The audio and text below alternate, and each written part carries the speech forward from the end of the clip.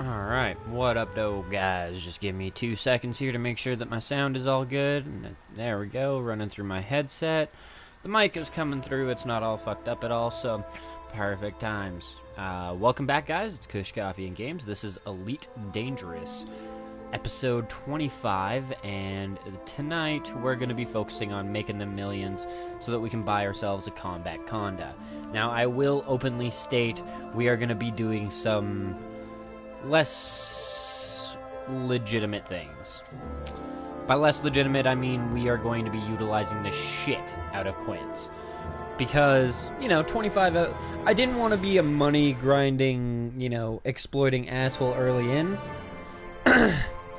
I'm never really down for that type of shit. But I feel like we are at a stage in the game where it's time to really grind for some money to get some really cool shit for the channel. And the best way I know to shorten the time necessary to do that is to find something that's not quite an exploit, but kind of an exploit. I mean, the planet scanning is totally an exploit. I'll openly state that one. The massacres, nah, not really. And that's actually what I'd like to focus on, but it's not really giving me a whole lot of massacre missions anymore. It only really gave me when we were at, like, cordial rank. But as I'm sure you guys can see, we are now at 86 million. So, tonight, I'd like to try and double that. I don't know if that's a feasible goal. I don't know if it's realistic for the time span that we have and all that. I'm sure you guys will give me tips if there's more profitable ventures and such. But for the time being, I am going to be mining Quinn. So we are going to be stopping, going in, stopping, going in, stopping, going in kind of deal. I have also found that if I'm going to do a planet landing, I pretty much exclusively have to do it on solo. I've had it, like, the game crash on me and never, ever, ever let me onto the fucking planet, like, sitting there for, like, 5 minutes, go to take a piss, make a coffee, come back, still sitting there trying to super cruise into the fucking planet, like, go into the glide mode. So I've started only doing the planet landings in solo, and I think it has a lot to do with the amount of people that are around and doing this. But I would like to have a crew craft. I very much so would. So as it stands, we do currently have a decent amount of planetary scan jobs, but I did go to open, yes? Yes. Good. So we'll save and exit, we'll go into the solo, and we will either do these missions or we'll collect some more if there's some more available. But I did my research on this one. Unfortunately, too, and you know what, I'll just wait until Daedalus is in. I imagine he'll be joining the stream tonight.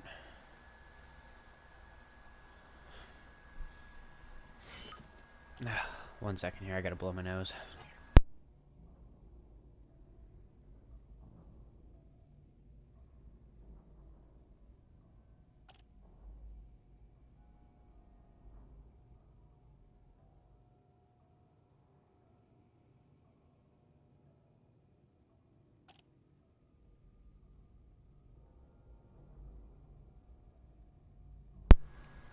Alright.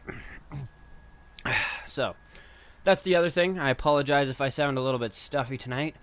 My province, as I've mentioned in a couple of previous episodes, is in a state of emergency, and there is now 220 plus fires burning in my province alone. So, I mean, I have good allergy medication now. I'm not using, like, the no-name brand shit. I'm using, like, Benadryl. And it's gotten to the point where I'm not sneezing anymore, but I'm a lot more congested because of all this shit in the air. And that's also, I'll have a slight cough tonight just because the air quality is really bad right now. What up, doe dead money? 07 to you, and welcome to the stream, bro.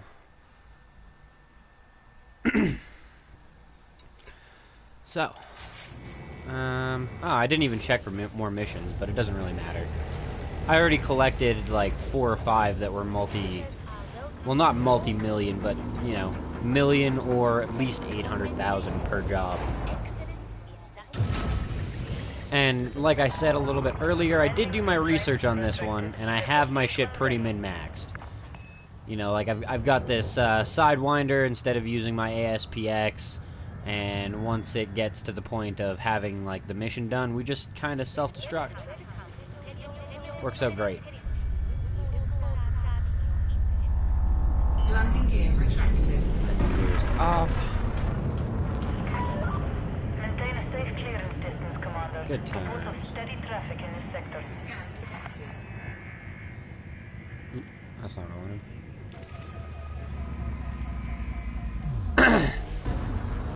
Where is the planet? Incoming mission. I know the planet's control close. message. Pretty sure it should be, yeah, just off to the right.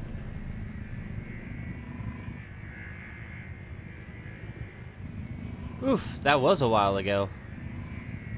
Yeah, now fortunately I have the chat in front of me, so I don't have to swap in between the chat and the game, so definitely a much better setup for this. This game is, I mean, it's got some things sort of in common with Mass Effect Andromeda, and it's definitely a very space-oriented sci-fi gangster spacey game. Drive charging.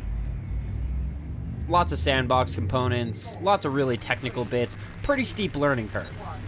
And I've also looked around in my my control setups, and there's a couple of things that I intend to change, and there's a couple of things that I managed to change already that have improved my life immeasurably on this game.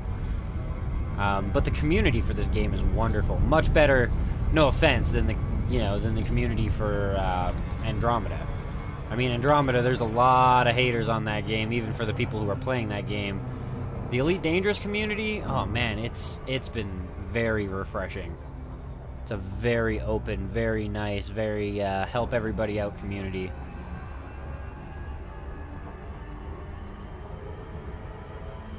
Orbital flight engaged. I do intend, once there's some DLC out, to go back and finish up Season 2 with the Dick Rider campaign. But it just got to the point where, I mean, there's a couple of things that I was able to change, but they were very small changes. And after having completed the game once, I just couldn't do it again. Not immediately.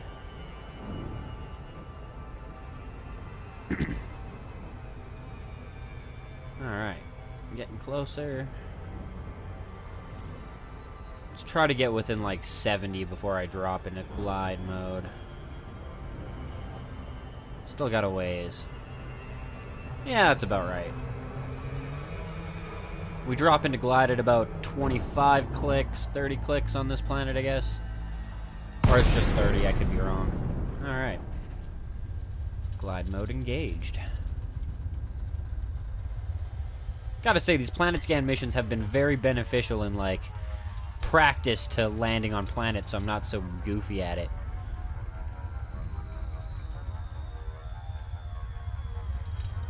Yeah, there wasn't enough differences to truly keep me entertained for an immediate second playthrough. Shit. Well, that's not the greatest end to the glide, but whatever.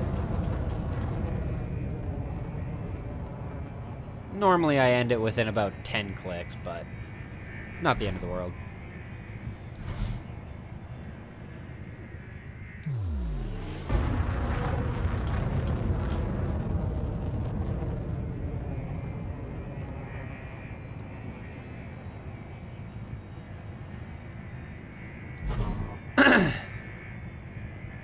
If you're looking for a new space game to play, I would definitely recommend this one, though.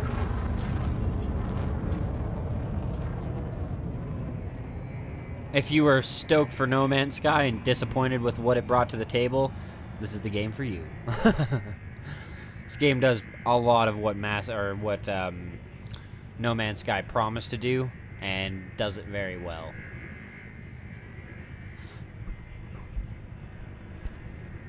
Steep learning curve is a little bit refreshing as well.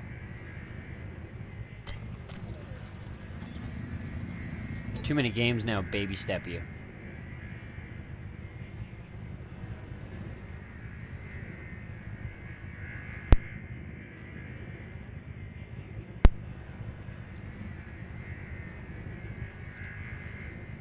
Ugh. Alright, that was the last one, so it should kick over to the right now. Hello, building. Let's go outside view so that we can land a little easier.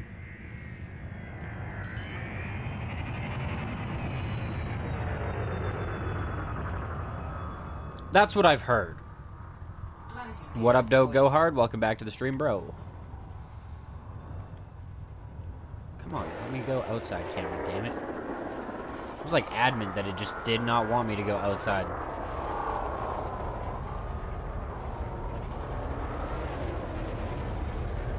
Both.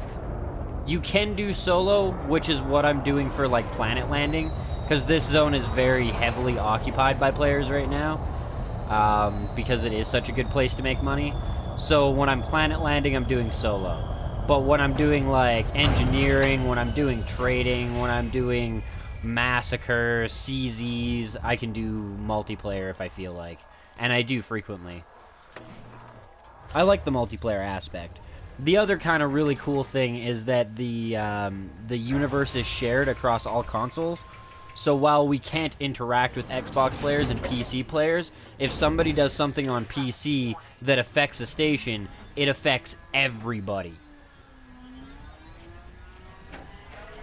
Potentially. For the most part, I've never actually joined a community. I have a bit of game ADD, and I do stream a lot of different games.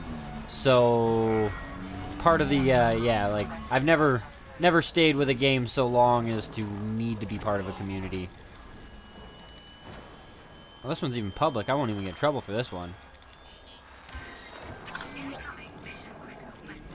Well then.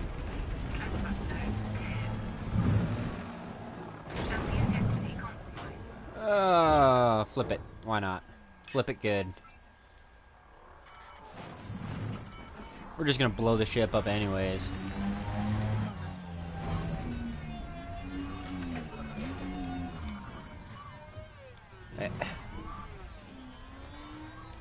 Yes, it definitely is. Sothis right now actually has been unidentified alien object bombed or whatever, UA bombed is what they call it, and it shut down the market.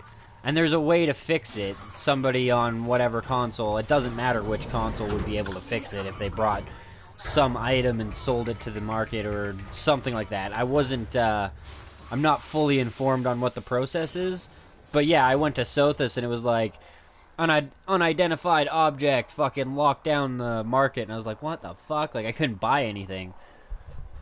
Couldn't go through outfitting either. It was really shitty. But yeah, that was all because of somebody on PC that bombed it. Actually, there was a whole clan on PC that apparently had locked down Sothis for a while. I don't know if they still have it locked down, but they were role-playing that they had an issue with the Sirius Corporation or whatever. So they literally, like, blockaded the planet. They set up outside and wouldn't let any players in. And that actually has an effect on the economy and the station's, like, well-being and the system's well-being and shit. So, yeah, really fucking cool. Oh, yeah, I don't even really need to mark Millerport. We're not gonna make it that far. No, we're not. So let's go about 1.5 or 6. 1.5 or 6 should be good. Yeah, it's really cool. Same with, like, if you look in your, well, when you have it. I'm in a community challenge. This is a community goal. Everybody across all of the systems is contributing to this. And I rank top 50 with all of the different consoles combined. So at the end of this, and as the tiers go up, your rewards increase. But at the end of this, I will earn at least 4 million credits if it was to end right now. Once it hits tier 5, that'll go up to like 9, I think. And then 6, it's like 14. I think. I can't remember. Might just go up to like 6 and then 9 and then 14. I think that's actually how it is. Yeah, 6, 9, 14, and then 21 for 50%. but everybody's contributing to that. Which, considering the PC is 2 years ahead of the PS4 and even the Xbox is ahead, I don't make, like, there's no way I'm going to get into the top 10%, let alone the top 25%. I'm just happy being in the top 50. That's good.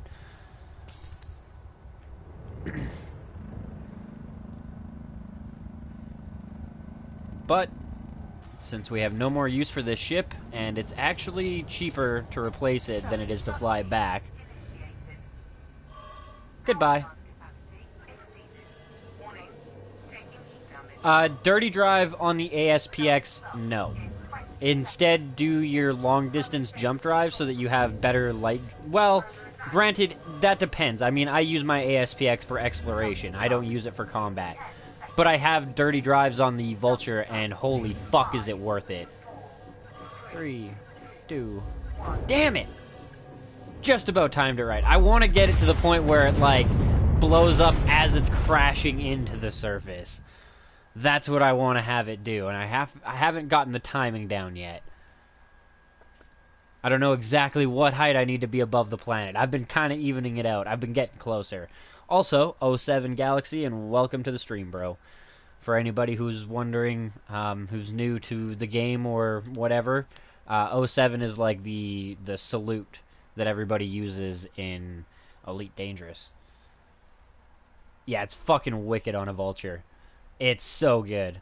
I was dancing around motherfuckers earlier.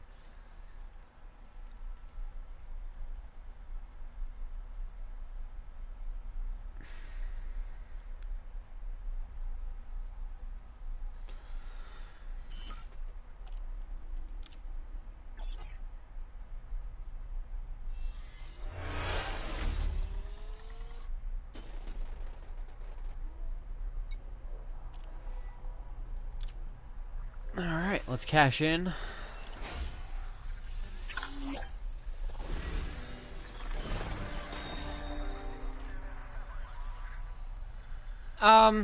To an extent. Ship sizes do definitely vary, but not to the degree that I think you're expecting. I mean, there's definitely some big ships out there, but they're not gigantic. Like, it's not Star Wars size comparison, you know? It's not like a Corvette to a Star Destroyer to a Super Star Destroyer.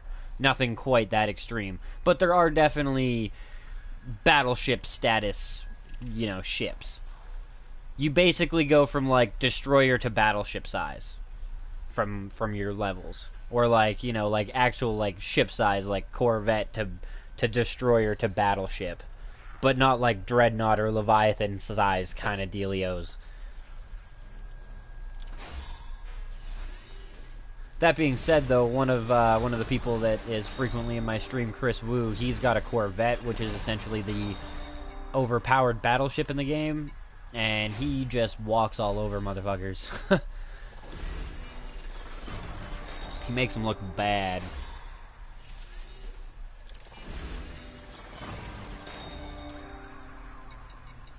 Alright. Look at that, already up to 91 mil. I think that was, what, 5 mil right there? Because I think we were at, like, 86, I want to say, until we cashed in. I should have looked. That's going to be a concern tonight. In the event that the stream just, like, ends, the game fucking crashed, and I'll start back up immediately. Yeah, we were just in solo. So open play, check out the boards, then back into solo, check out the boards again. Yes. That's one thing that the game does kind of do a little bit greedy.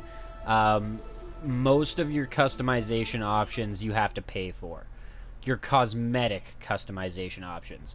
You are able to do a large amount of customization to your ship in terms of weapons, shields, fuel scoops, wake scanners, bounty hunting scanners, weapons, tons of shit, you name it.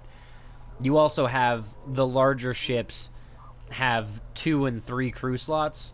The second crew member on your ship, which is a human player, you can't get like an AI to do it, is a gunner, and he has better range with your guns than you as the driver do.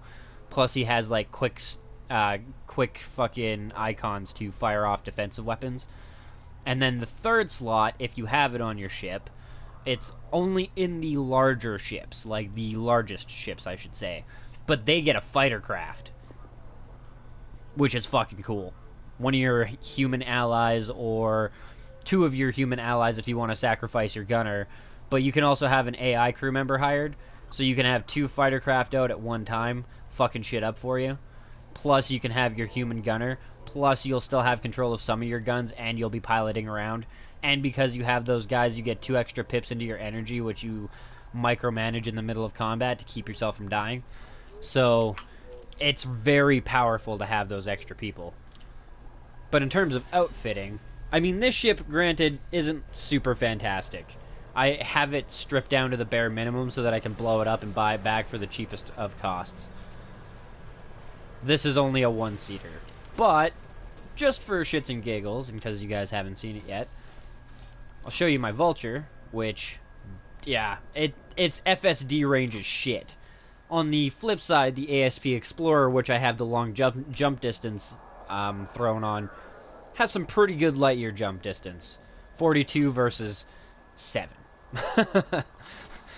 So, this thing is purely a combat vessel, and I basically have to summon it to whatever station that I'm going to use it at. And it is pretty expensive to transfer it, so I do kind of have to justify having it there. 500,000 is a substantial sum to just move it. Plus, it takes a substantial amount of time to move it. But this ship is much cooler, especially when you see the guns. Ah, I love the way they fold out. Ah.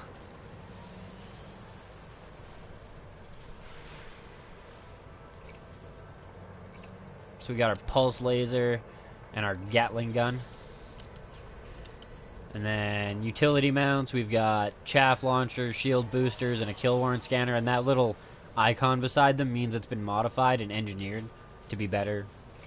Core-wise, you got like your armor plating, your power plant, thrusters, FSD, life support, power distributor, sensors, fuel tank, and then this is like an extra slot, a locked extra slot. And then your optionals. See, this is kind of the interesting thing too. If you're going with a smaller ship that doesn't need gangster shields, but you do want to have that extra little layer of defense, I could instead have tier 2 shields or tier 4 shields, and it would cost less, it would reduce the amount of power that I'm using, and it would give me a little bit more room to work with other things. Yeah, no, this game, like I said, don't get discouraged for the learning curve, because there is a pretty steep one, especially for the consoles.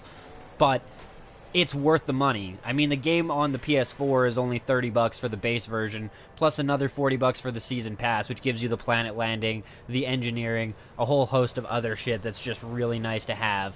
So total, you're still paying $70, which is about the price of a full game anyways.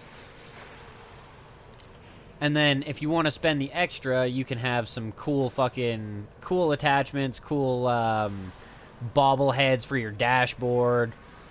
Like you can have add-on kits to make the ship look different, and then on top of that, you have engine and weapon detailing colors.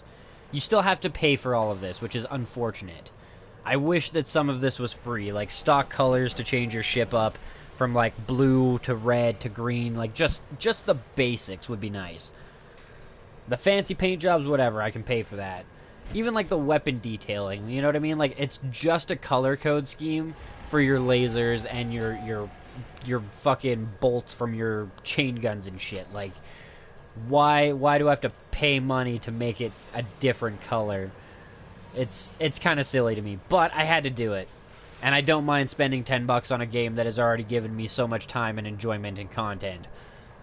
Well, $10 extra is worth it. But if I had to gripe, that would be the main one. I would also like the ability to land on, like, garden worlds and shit like that. Like, habitable worlds, not just the barren planets. But, once again, it's a minor little issue in a vast universe of fucking awesomeness. I mean, these don't really pay out as well as what we've seen in the last little while. But that's okay, because we're going back to solo here.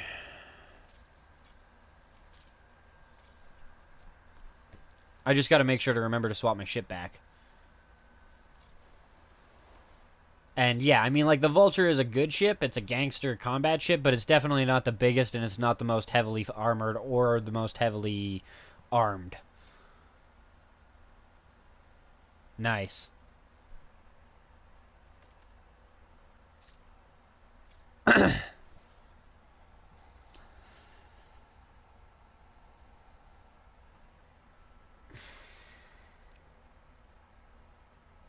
Well, Galaxy, I mean, if you need some help grinding the rank with these guys, because, I mean, getting here, like, if you're going to come out here, that's what I mean. But getting out here is kind of a pain in the ass, because it's like, it's out of the way. You'll need a fuel scoop. But on top of that, you got to grind away at the rank with, like, some pretty good RNG, or you got to be in good with the Empire, or you got to luck out and get massacre missions, and then go into low-intensity conflict zones and fuck some shit up to make them like you enough to give you the planet scan missions. That was the biggest pain in the ass, was getting them to like me. Because they want you to, like, donate goods to them, but the closest port is 300 fucking light years away. It's like, come on, guys. Work with me here.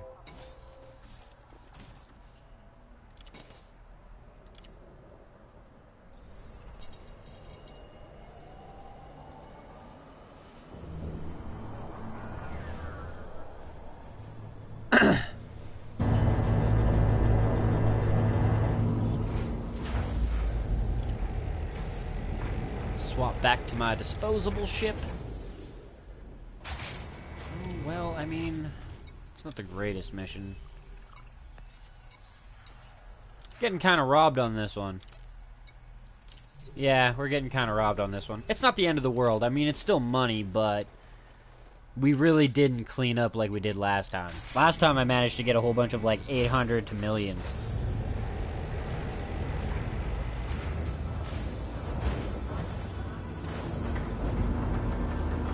No, I didn't go... I'm not going Python. I'd rather go Fer-de-Lance over the Python. My personal choice. It cut your comment off it, I noticed, by Weave.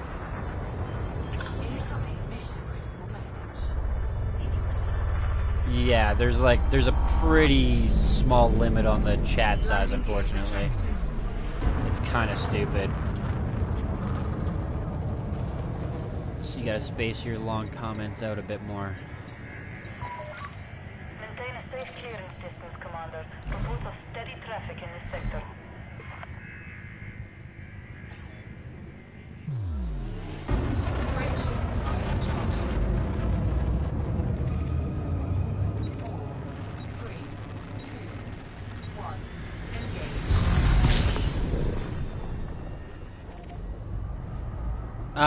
Do you see the thing that I learned from the chat that's frequently in my streams here?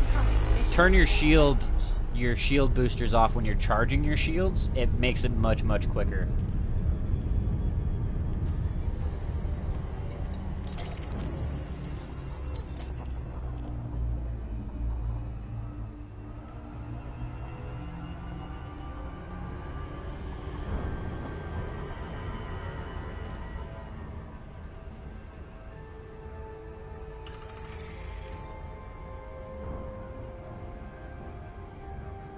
Orbital flight engaged.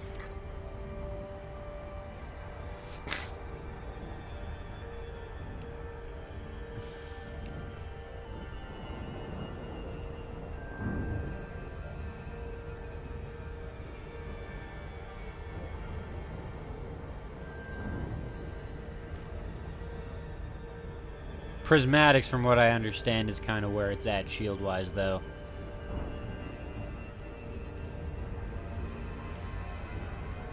Which is why I'm allied with the Empire right now. I think I've got about another 2-ish weeks before I gotta start worrying about, like, leveling my rank with her. And then about another week after that, week and a half, and I will have my Prismatics unlocked. Which is gonna be super fucking awesome.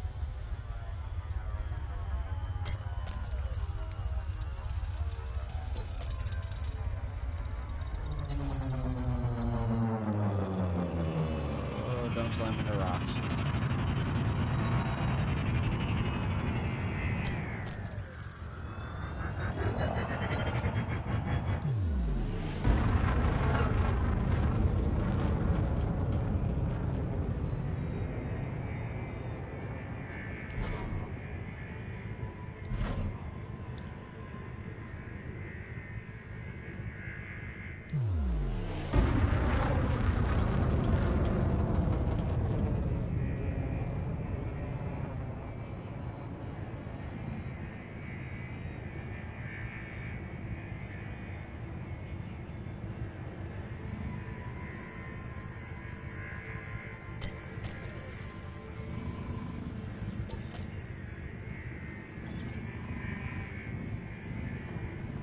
Yeah, see, and like, for me, at the point where you're spending as much money as you are for like an FDL or a Python, I find that it's better to be specialized than an all-arounder.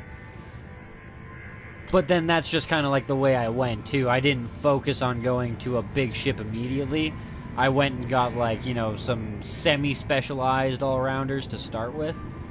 Which mean, yeah, different playstyles that way.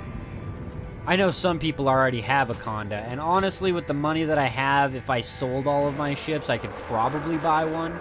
But I'm not willing to sell everything just to get one ship. Even if it is almost a worthwhile replacement for everything.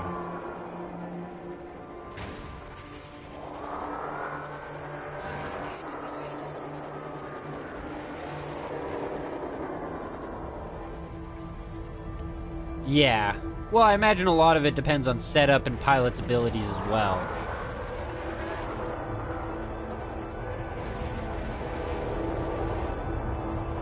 And I mean, if it's not like just PvP either. Now, you know what? I'm just going to go out on a limb and say a lot of it comes down to pilot ability. Because statistically, an FDL should be able to take a Python. But if the Python pilot is actively, like, utilizing his armaments and shit and his shield banks the way he's supposed to be and the other guy isn't... Yeah.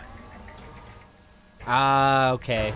So, yeah, an effective pilot that neutralizes the shields early on and then focuses down the power plant or the shield generator itself, module-wise. Plus, I imagine having a ship kind of geared to just have module-busting weapons would be, yeah. You could take down an FDL for damn sure, then. Also, 07 Madi, and welcome back to the stream, bro.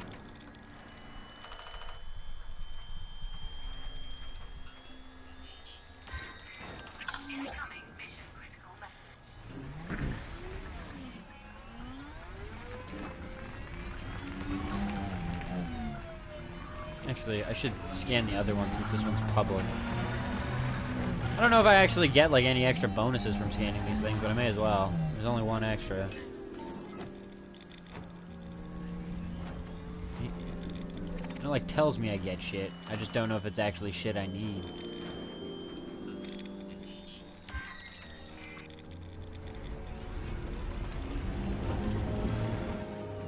Intel package created.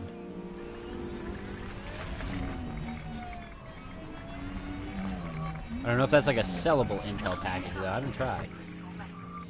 Nope. Board the ship.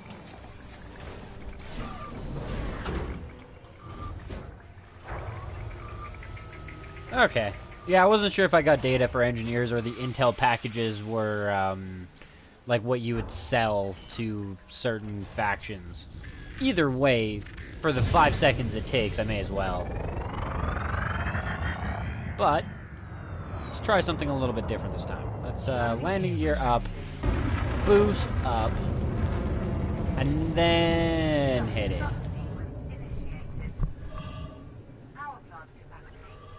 That might be enough to have, like, actually shot us out of orbit. Shit. Well, that was too much power, I guess. Damn it. Still determined to get to the point where I, like, blow up just touching the ground. Maybe I'll spin it next time.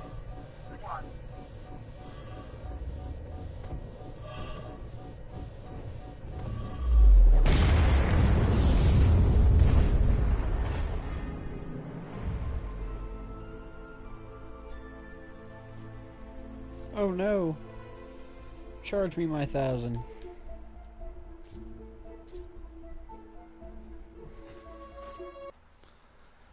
Okay, awesome.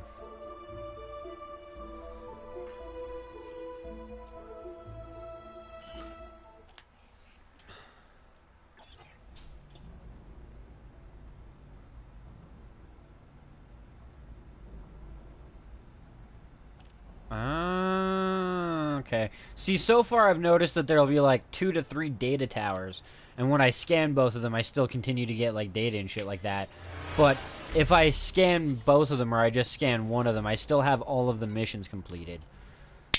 I haven't actually had one pop up and be like, you aren't done yet.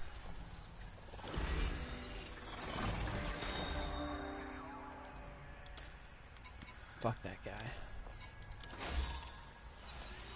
All he ever wants to give me is smuggling missions.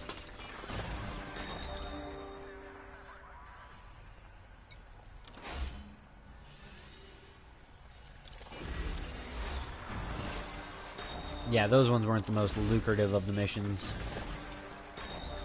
that I've seen so far.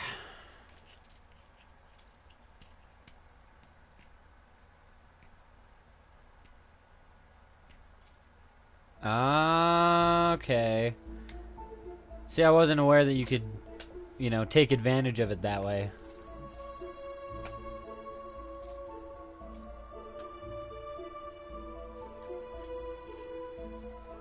Alright, open play to see what's available, and then solo play to see what's available. And like I said, I've gotten to the point where I refuse to do the planet landings in multiplayer in this system because I frequently, it just like, it does, there's so many people going in and out of this place. The game just doesn't know where I am and lags out. Forgets.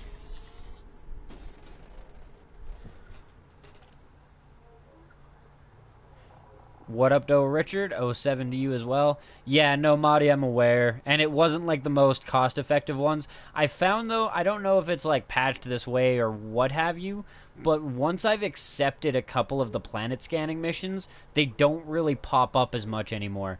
Like, I'll get one, maybe two here or there. So I just kind of have to, like, luck out with the mission board and get a fuck ton right off the bat. Like, this is a bad mission board draw. I can already see it. Oh, yeah. Yeah, I don't even want to, like, accept any of these missions. It's not worth it. I'll just let it refresh and go to solo. See what that'll give me.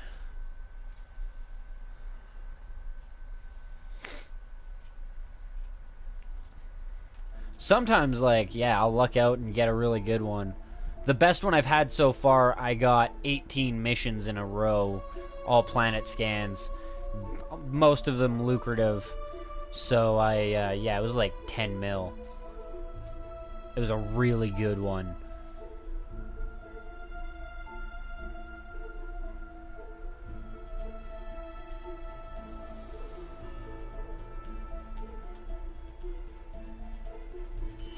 Yeah, see, I think they got wise to that. Because when I board hop back and forth, if I've stacked a lot of well, not even a lot. Once I've stacked about 4 to 6 of the planet scan missions, they don't pop up nearly as much. Like, it's really hard to get them to actually spawn. So I've gotten to the point where I try to get like 6 to 8 of them, go down, do it quick, blow the damn thing up, come back and cash in. Because board hopping has gotten to the point where it almost takes a little bit longer. You don't need to board flip?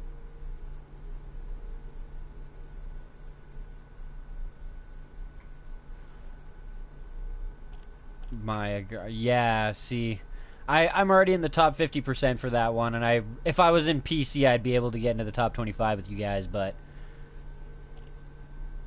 yeah, I mean, really, it is kind of a lame way, but at this point in time, it's pretty much the most effective way to try and grind the money to get a Conda. And I've done, you know, I like to show the tedious bits a little bit as well. It is part of the game, grinding the money, and I could do it through like trading and shit like that, but it's still kind of just as boring and will take longer. I mean, the most lucrative trade route that I have right now is about 4 or 5 jumps in my ASPX and nets me 1.5 million, but that's still, yeah. I'm already ready to rank up 1. Just been getting some bad RNG on this shit.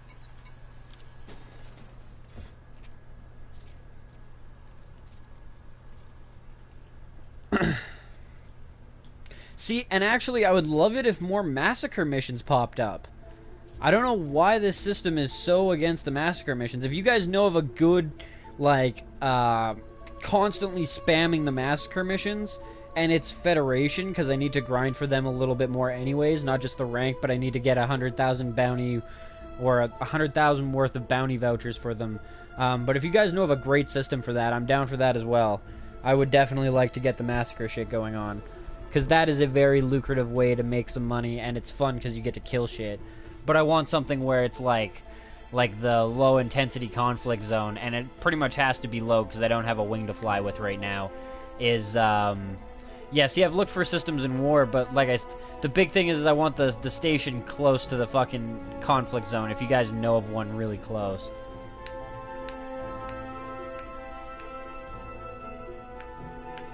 I'll try. Yeah, I just my thing is I don't want to be flying fucking halfway across the system to heal up and rearm. I don't know if EDDB will give me that specific of a rundown. I've not used it for finding a war station before.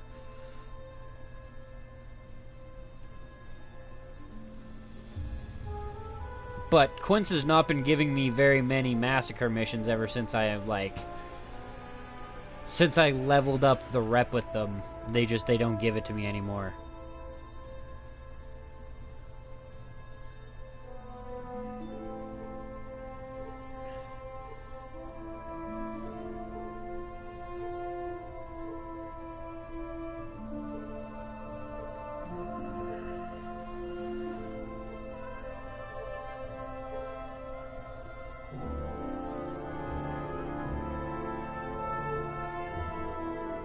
State at war.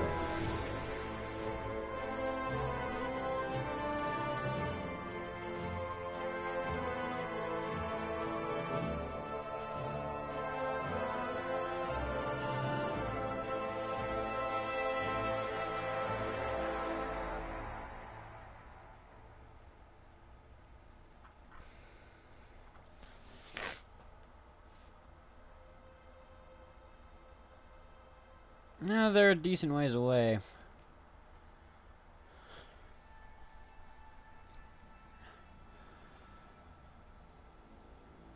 Yeah. No, I've definitely been to EDDB before. I've just never used it for finding a system for war. I usually just use my actual map and filter for war for that.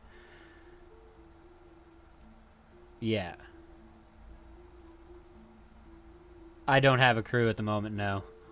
If you have a ship, we could wing together, but the Vulture having 2 hard points, not the best to have a crew on. I mean, I could, wing around and shit like that and just focus on the driving, but even then, like I said, with only 2 hard points, it's not the best skimmer missions anymore. 07 Terry, welcome to the stream, bro. And I'm not sure, I haven't seen any skimmer missions. I don't think I've actually seen any skimmer missions. Awesome. Yeah, I wouldn't mind if you're on the PS4, that's fine. What was I doing now? Open. Because I just went through solo. And yeah, I do still have a couple of massacre missions that I've saved up in Quince or whatever that I haven't finished yet. But I haven't been able to stack it like I have the planet scan missions, and even then that's kind of like a 50-50. Nice.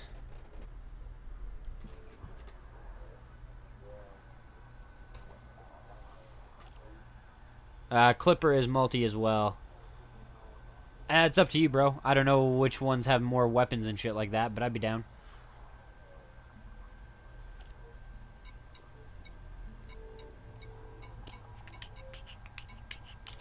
What are you gonna give me this time? Give me a massacres. Not a good shit.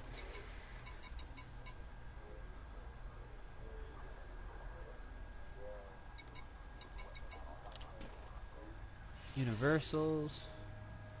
Now we're good.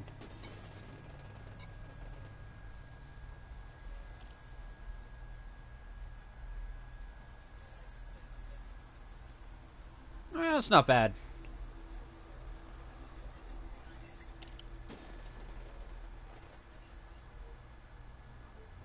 No, they can't.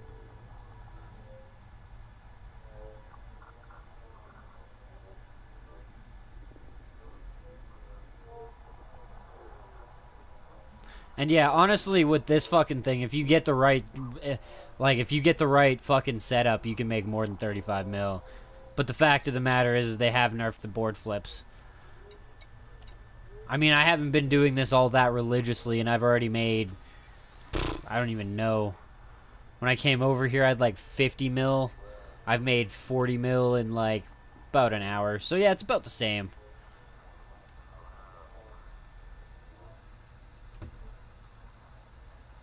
Yeah. Yeah. See, and to be fair, like I said, like to get the reputation up, I got a fuck ton of massacre missions, and it was being really profitable for me. And then once I had their friendship like up to friendly, all they wanted to give me was donation missions, smuggling missions, and fucking the planet scans. But they have not given me any more massacres since I got the reputation up. Yeah, I know about the community event. I've already been part of it. I'm already in the top 50% for that one. Bounty hunting, it's not as lucrative as the massacres if you can stack those missions. And I would like to try and make as much money as possible while killing shit. But I did find a system that's 300 light years away that I can travel to. I'm going to have to do some investigation of these systems, though, because I do want to make sure I get to a system where I'm, like, in a good position for shit.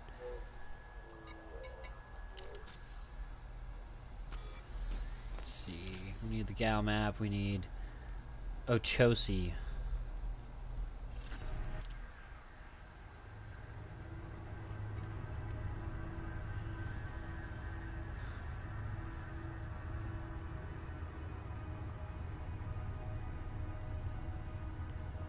Well, that one's 500 away. No, actually, that's a bad idea. I don't want to piss her off.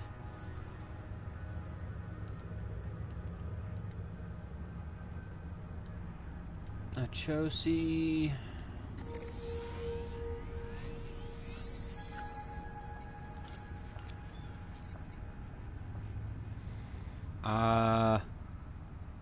I'm gonna say possibly no to that one, considering there's not even system data for it.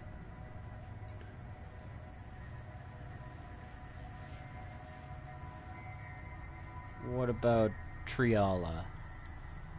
Triala.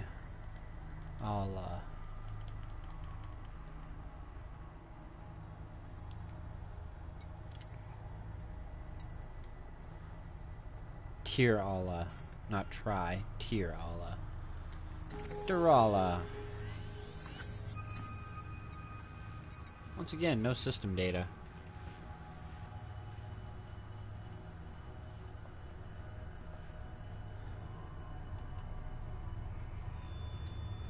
Higher population. Gotcha.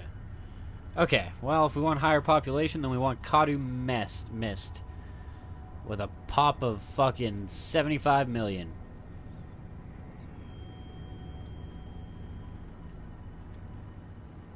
Kadu Mist.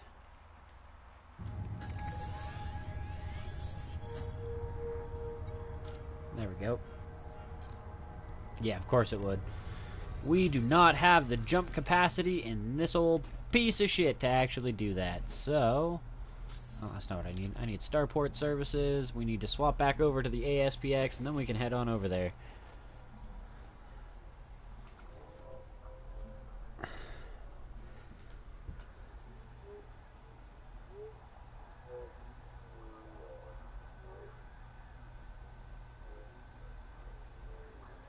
It cut you off at just go to planets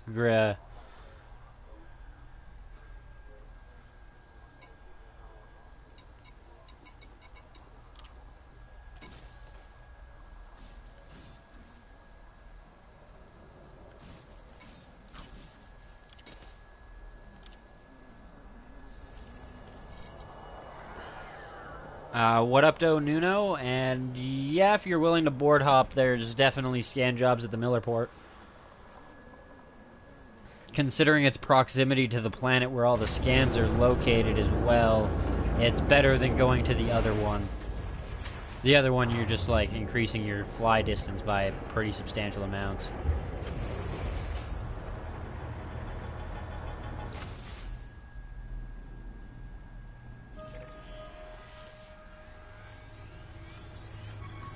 It depends. I feel like they've nerfed the amount that you can, like, not the amount that you can stack, but the amount that it'll spawn when you already have so many missions selected. But I've been able to get the board to spawn me about 16 at a time, and I already had 2. So I managed to get 18 scan missions at once, which net me a healthy 10 plus mil. But it is pretty difficult to get the board to spawn that much shit. At least for me. I understand that it is RNG, so it might just be that my luck is not great. You know what I mean? It could be that other people are having much better luck than me, and yeah. Yeah, see, that's what I'm saying. Like, it's been difficult to try and stack a lot of them. I find that if you have no missions in your like, if you don't have any of the scan missions in your contracts, you have a better chance of spawning more of them. But that just might be my own assumptions.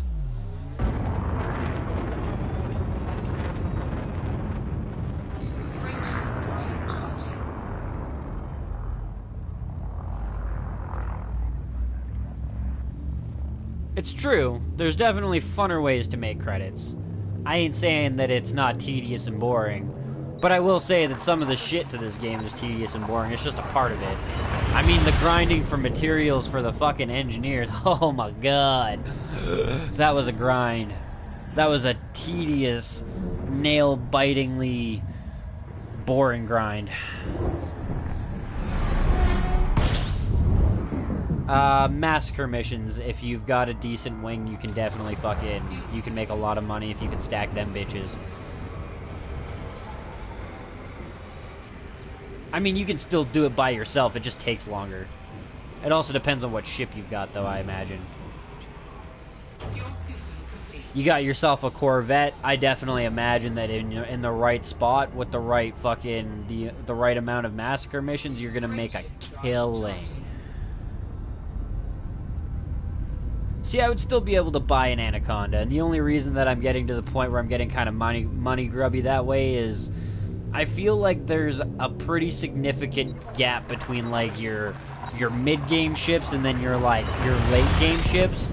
There's a couple of ships kind of scattered in between, just, like, salted in between, but that gap it's a pretty substantial one. It definitely exponentially grows the amount of money you need and the ways that you have to get creative to make said amount of money in X amount of time.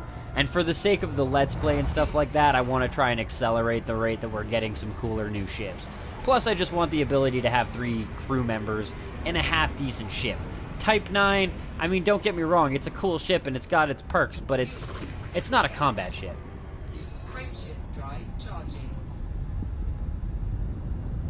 Yeah, see, that's why I try to swap up my episodes every night. You know, one night I'll do, like, exploration, sometimes I'll do Fed rank, sometimes I'm doing bounty missions, sometimes I'm making money, sometimes I'm grinding engineers.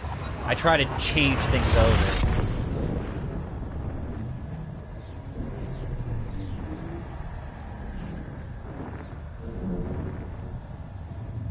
I've definitely made more than that with bounty hunting in a day. It depends on what ship you have. And your RNG, like what kind of res zones you're in as well. The Anaconda can be made to be, like, quicker, though.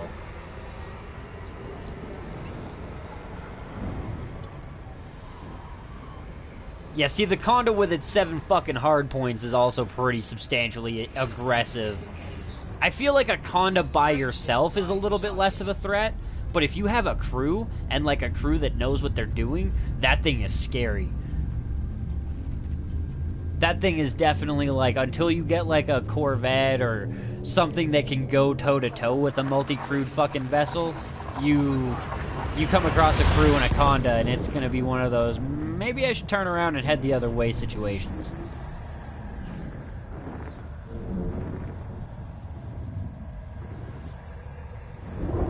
Hey now.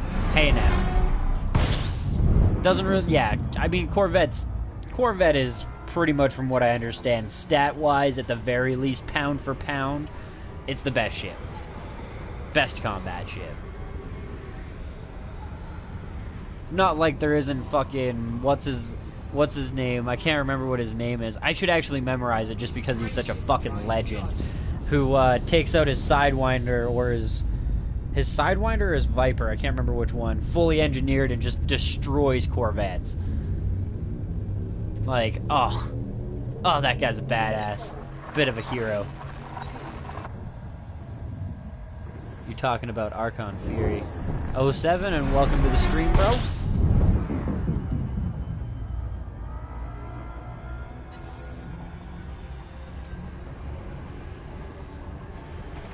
I should probably be scanning this shit as I'm going. Aw, I couldn't scoop that one either. Frameshift drive charging.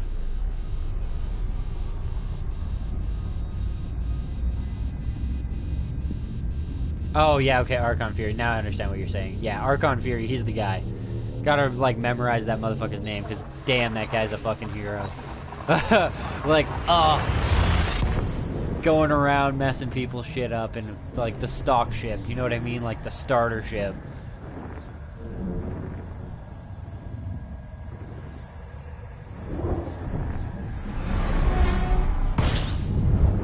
Yeah, exactly. Well, and like, even if you manage to kill him, it's a slap in the face, because he's like, oh yeah, my rebuy cost, 10,000. Your rebuy cost, when I get back there, 48 million. You know, like, whew, that's a steep difference, bro. You can kill him 100 times and still not cover your fucking ship's cost once. I should probably finish scooping this thing.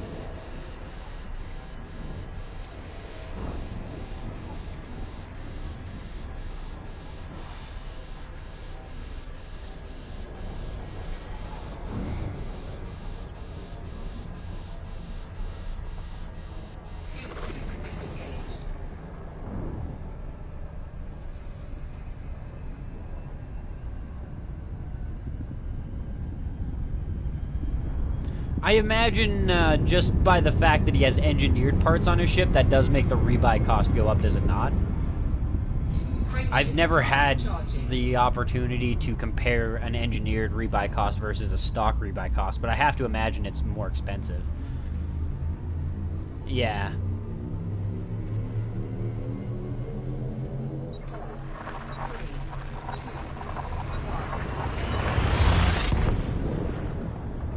Yeah, Fer-de-Lance does have more weapons, but from what I've been told, its shields are a weak point as well, so, I mean, that's definitely your trade. It's a matter of, can you get that firepower downrange? And now that I have the dirty drives on the Vulture and shit, like, I have thoroughly tested that shit in combat. Well, I won't say thoroughly. I've done some pretty intensive amounts of combat with it, and it's a step up. I also managed to score an experimental upgrade for my fucking chain gun when I was upgrading it at the one engineer. So it has the auto loader on it. Which, I mean, is cool, but I should have probably stayed with incendiary rounds, because it rolled incendiary rounds, and then I got him to change it for 1 reputation point, because I figured, fuck it. And I also got, like, an insanely good roll on that one. Like, it was fucking good. I'll show you guys in a bit.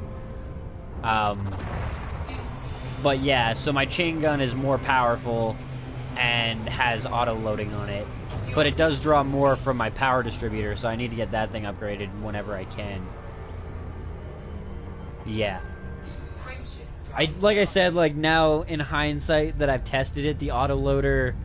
See, I thought what the autoloader does is that every time, like, your gun unloads itself, it, like, starts the load-up process again, like the counter, so that it'd be, like, 90, and then it would hit 0 and then reset again. but instead it's just constantly trying to load an extra round into the chamber as you go, and I feel like the incendiary rounds would have been the better choice. So that sucks. But hindsight, whatever. Things that I've learned along the way. Because I like push it right to the edge. I also have a lot of defensive modules on it just in case, which I could probably strip. I don't really need them.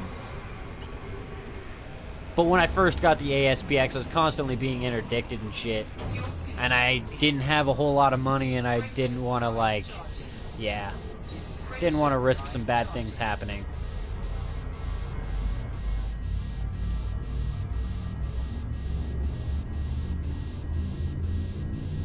Yeah. That's true. That's true. I was actually considering stripping out the upgraded weapon for a basic chain gun or a repeater cannon or whatever, just until I get the thing upgraded. But really, all I have to do is micromanage how I'm shooting and what I'm shooting with a little bit more, and it's all right. And because I've engineered the shield boosters as well, it means that I don't need as much energy put into the systems. The shield boosters seem to be compensating pretty effectively.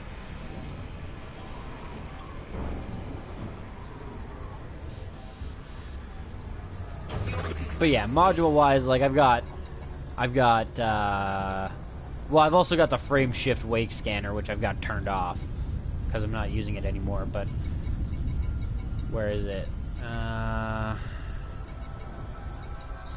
The like detailed scanners, the heatsink, point defense, chaff launcher, and I think I also have ECM.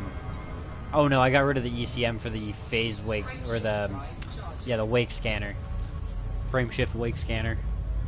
But I could probably get rid of all of that shit and possibly increase my jump distance by a small amount while also increasing my power usage.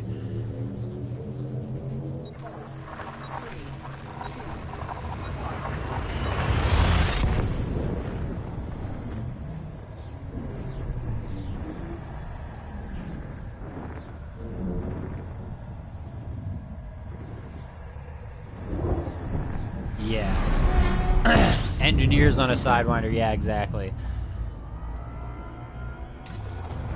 I imagine that actually wouldn't be so good. Like, if you were in an engineered Sidewinder and you came up against an engineered Vulture, you would have a much harder time than coming up against a Corvette. I have to imagine that the biggest selling point of the Sidewinder all upgraded and shit is its maneuverability.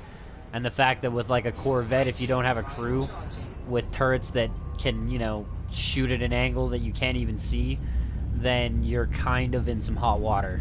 He's just gonna dance around your ass and make you look like a fucking sumo wrestler to his ice skater.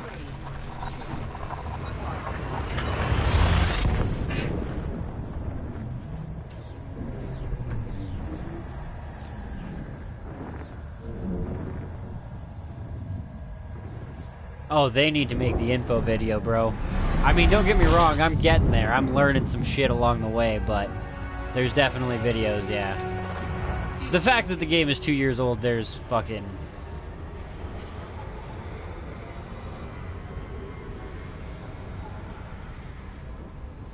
definitely videos out there.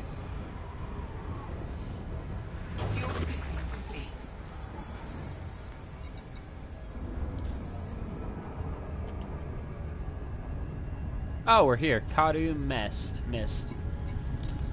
Alright, let's go to the Burrow City.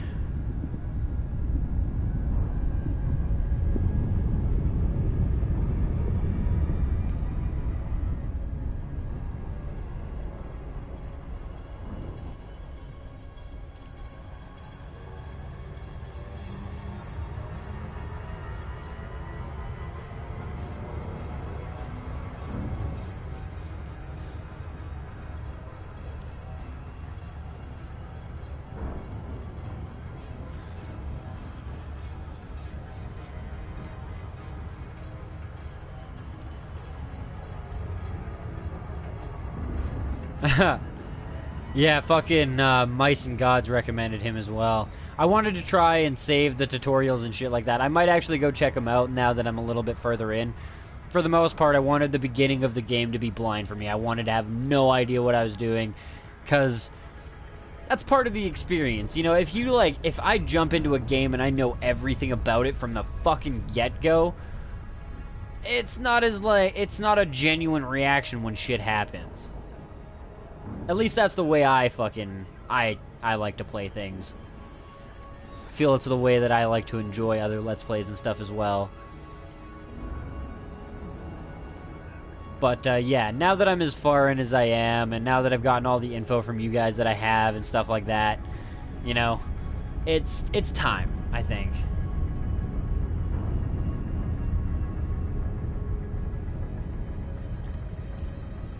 Controller's kind of nice, but I do wish I had a keyboard and mouse as well, so I could swap in between them like a proper PC that way, too. Because there's some things that like, I don't have a dead stop key.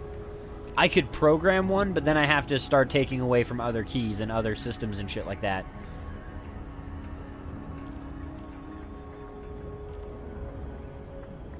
Well, thank you, bro, and I appreciate it. No problem, man. It's nice to see you back in the stream again. And, I mean, really, there's nothing bad against getting educated, bro.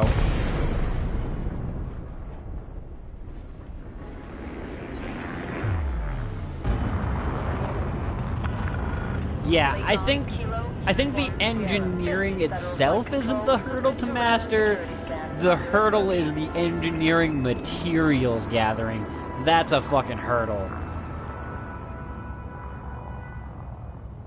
It's not a mountain, it's like that long fucking hill. That gradual climb.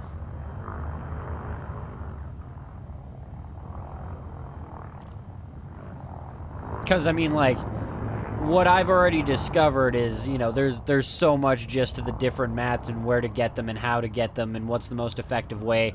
And I've still only really, like, experimented with the FSDs, the dirty drives, and multi-cannons. That's like it. There's a lot of different materials, and there's still a lot more to learn. In terms of the engineering and stuff like that, you know, the roles and stuff like that, yeah. Yeah, I've been told that the only thing you need for commodities are the electro generators or something like that. I can't remember exactly what it was we had to grab yesterday, but there was one commodity that we needed for the FSD, and it's, from what I was told, the only commodity you need for mats now.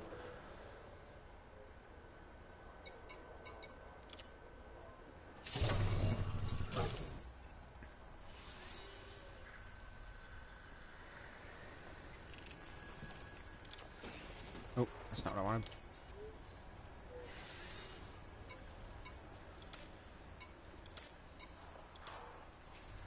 Come on.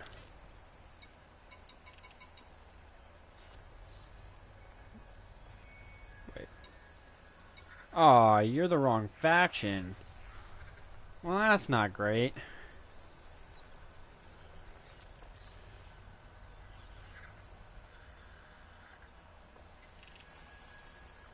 Yeah, it's not just hard, it is very time consuming. Like, you know, you have to have a ship with a frame shift wake scanner, so you got to scan a couple of those, and then you got to take out a couple of the Type 9s to get these, and then you got to collect the commodities from this planet, and then you've got to go over here, and you got to land on a planet with a decent arsenic fucking haul, and you got to go around, you got to blast these meteors, and hope that arsenic pops up. And that's another thing that I'm glad they changed, the fact that you get 2 for 1 when you pick up the mat, but it's definitely one of those things where it's a tedious, grindy thing. There's no way around that, really. At least not to my understanding. It's something where it's like, okay, you're gonna fucking buckle down. You're gonna get your fucking hands dirty here before you get what you want. And unfortunately, no massacre missions.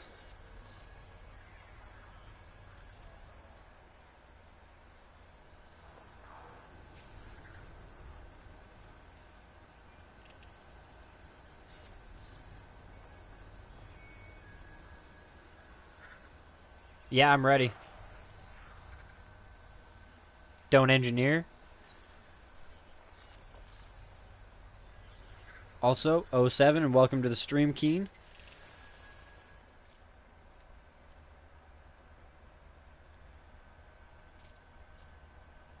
Oh, yeah. See, I kind of had that idea as well. I was actually not even going to, like, bounty hunt. I was just going to, like, if I really need mats and I have my cargo ship ready, I'm just going to go to the community event. Sit there with all the players blasting everything out of the fucking sky. Throw some collectors all over the goddamn place. No, that's definitely something I've considered. But then you still have the, like, it's random materials. You ain't gonna get a guaranteed draw of arsenic. And from what I understand, too, you do have some pretty deep pockets, but there's been, like, the forums that I've been reading with the engineering, there's a lot of people that say that they drop a lot of materials that they don't use. Like, one guy was like, I can't even count the thousands of pounds of fucking iron I've dropped so far. Like, and I feel his pain that way. But yeah, I would definitely at some point in time not mind getting the Conda set up for that. Because the Conda, I mean, I can have it combat ready and still have a good cargo hold on it. Yeah, exactly. Yeah. Well, and like I said, like he said, you know, I've dumped thousands of iron. Well, how much of the other shit has he collected in the process, which is still good, but, yeah. I will be doing that type of shit with the Conda, I think. Because the Conda will be able to have collector limpets, one or two half-decent cargo holds, and it's not really going to affect my combat capability with that thing. It's holy fuck. And on top of that, it's going to kind of pay itself back because that thing is going to need an insane amount of materials to engineer that bitch up. You can farm them in a Sidewinder. Oh yeah, but I still want the other materials. I'm going to sell them. And you still need cargo for the limpets, the collector limpets, don't you? I'm almost positive you still need cargo for the actual limpets itself. I mean, I could still do it with a Sidewinder. I just have to stay back a little bit. Oh, you don't? Oh, okay, that's good to know then. See, I was informed quite a while ago that when you, like, the collector limpets themselves take up cargo capacity. So you needed to have, you know, a 4 slot or whatever to have 4 collector limpets. Yeah, okay.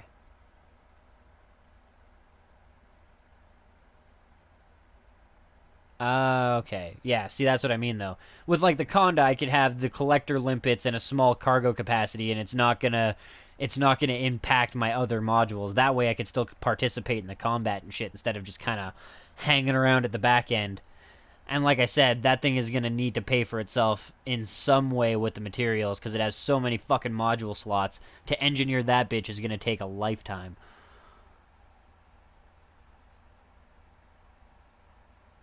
Okay. Yeah, yeah. Like I said, like that's definitely something that I'm gonna focus on when I have the Conda, because the Conda will have, you know, the armor, plus the firepower, plus I'll be able to enjoy the combat myself, plus the collector limpets will just kind of be an added bonus and collect a whole bunch of shit for me as well.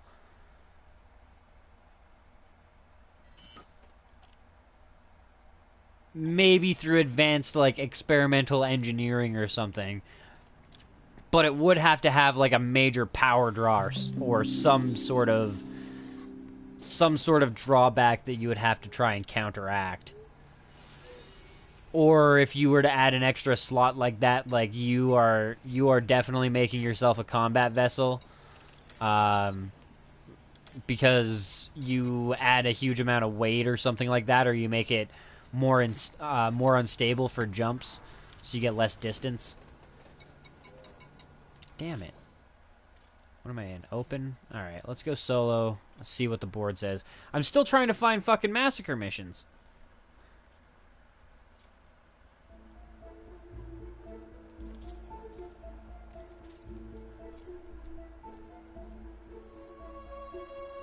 Or just cost 20 million. Maybe. I mean, really, the extra module would be nice, but at the same point in time, if you can engineer a Sidewinder to take out corvettes, I feel like maybe that extra slot might be a little overpowered.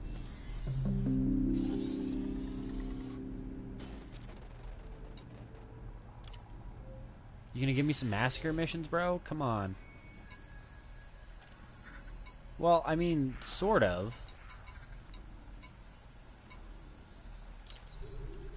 I guess it's not like the end of the world that we have to go somewhere else. Target count 1. Okay. 1. Fucking 1.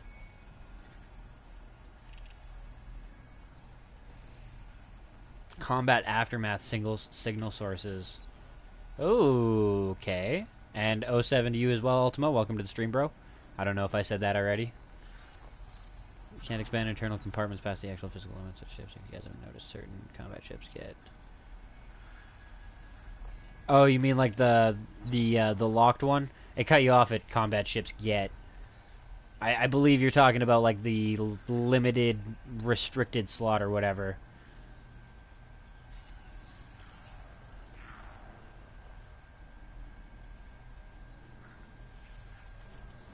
Backwards and forwards to plans for massacre missions, Terry? Nice. Yeah, okay. Yeah. It was what I was talking about anyways, but yeah, thanks for clarifying. And yeah, Terry, if that's a system you know has a lot of massacre missions back and forth between the two planets, I'd be interested in. Because this one...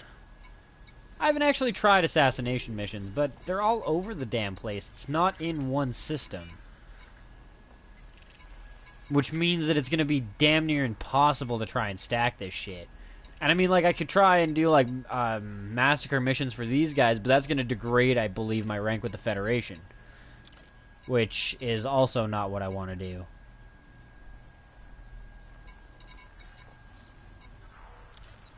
Nope, superpower affiliation is Federation. I went through EDDB to find this one, and it was definitely a Federation system. It's also, well, I guess it's technically uncontrolled.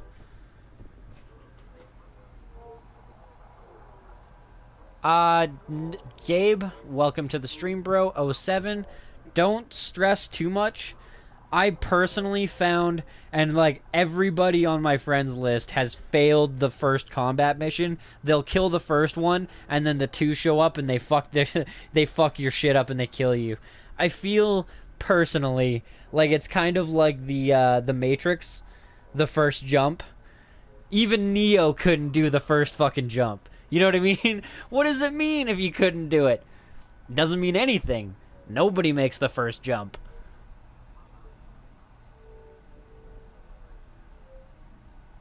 Wow. Alright, well, we'll definitely check that place out then. We haven't even started transferring our ship over, so it's not like we're gonna lose out. 'Tis at war, but yeah, hopefully this is a great system that you've pointed out here for our stacking of massacres.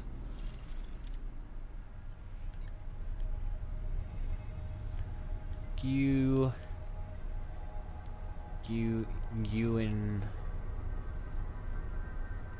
Agi, Guanagi.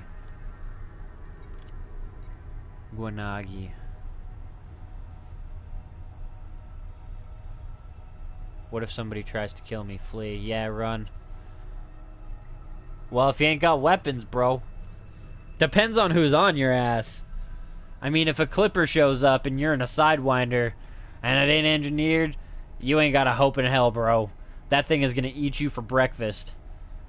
Yeah, it's pretty easy to run. It's, and honestly, considering there is a PvP mode that's separate from the main game, I haven't run into anybody trying to be an asshole to me, at least on the PS4. I've been almost interdicted by a human player once. Out of all the interdictions, and the interdictions are pretty easy to beat when they're the AIs, but of all of them, I've only encountered a player once that tried to get me.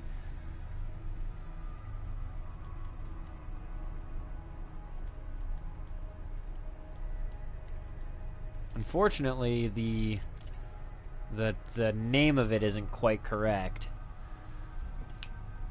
Let's see if I can find it through EDDB. Just through typing the name. G-U-G...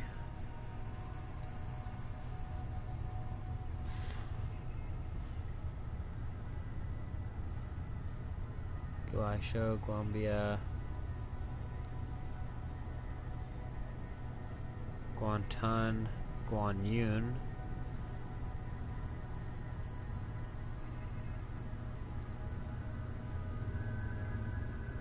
Holy fuck, there's a lot of GUs.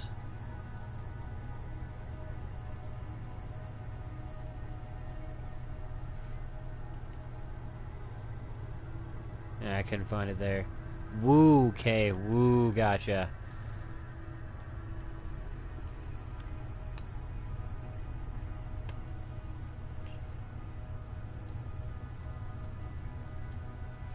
Guinagi. There we go, gotcha.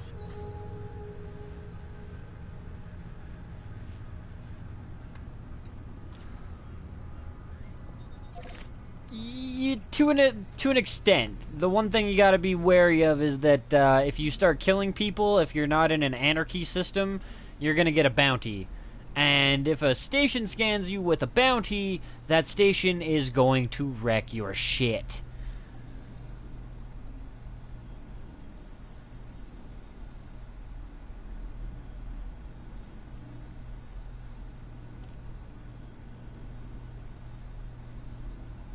Gotcha. True that. And I mean, really, if you want to try yourself out at PvP, just go to the arena. You don't lose your own ship. I believe there's no penalty, no. The PvP, I haven't actually fully tested it or anything. I've, like, just gone into the menu. But it seems to be completely separate from this game. You don't use your own ships. It's just a PvP deathmatch, that type of shit. Jew and hip. Okay. Well, it's only 8 jumps away, so we'll definitely head on over there and see what we can figure out. I love how that pulls away.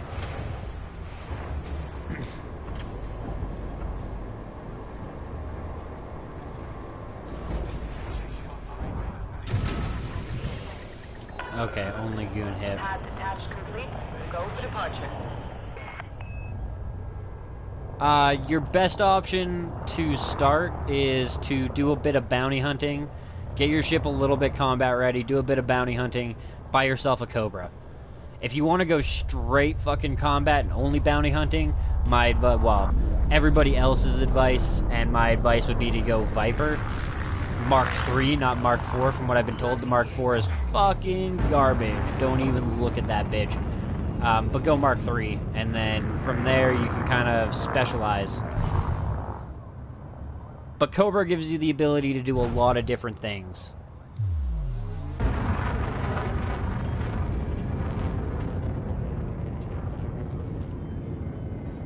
Or data delivery missions is another good way to, at the very least, farm some reputation and some money. Ultima knows what he's talking about, though.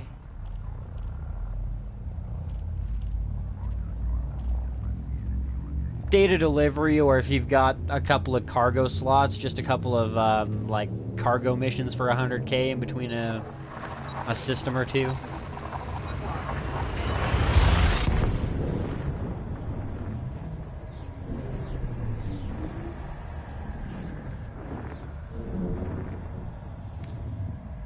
You can definitely do it with a Sidewinder as long as you don't go to like a Haz-Res. Stick to low-res sites to start, and you just basically steal the kills from the cops. You scan them, you make sure the cops kind of know that they're wanted, you wait until the cops have weakened the shit out of it, and then you come in and you put a couple rounds in there just to say that you did something, and you still collect the bounty anyways. Yeah, that works too. Yeah. Yeah. Exactly. Don't go hero mode.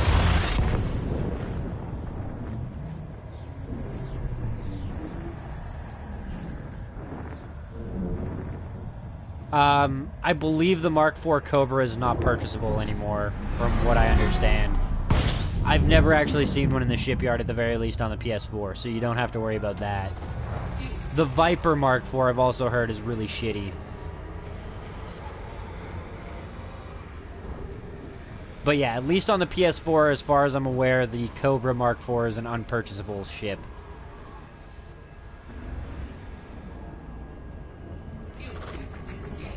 Reedquat?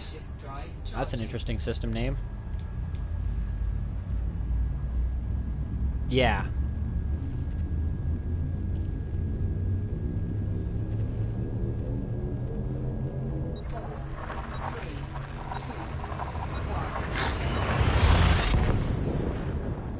See, I've been told numerous times not to go Mark IV, and I will say if you don't have Thrustmaster or you don't have some very, very steady and very sensitive, like, movement-wise thumbs, you're gonna have a very hard time trying to do combat with the flight assist off on the PlayStation 4. You could just have better thumbs than me, like that could be the big fucking deciding factor there, I don't know. But if you don't have some type of Thrustmaster or HOTAS or something like that, you might have a hard time doing that. That's why I did the dirty drives as early as I did on the Vulture. It's not like I really specifically needed it, but to compensate for the fact that I can't really do the flight assist off, I needed to increase my actual thruster capacity. Yeah, mining also I've been told has been nerfed heavily. Yeah, see the Xbox though has, I don't know, I've been explained it once or twice, and I'm sure you can find videos explaining the difference between the thumbsticks on the Xbox and the PlayStation, but the Xbox thumbsticks are superior.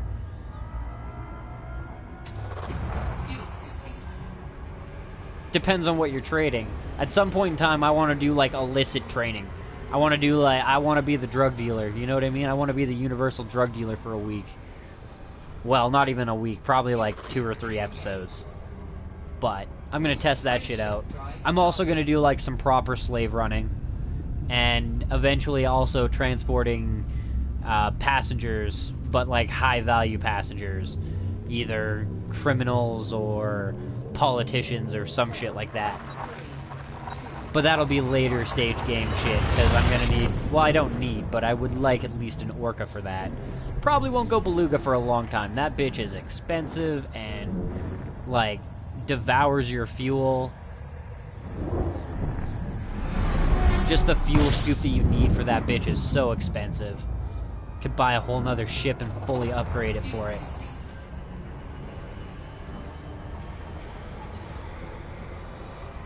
Yeah. I've been using the Coriolis ED-CD version, like the prototype version or whatever that they have. That's been working really good for mine. Yeah, mining's been nerfed really bad.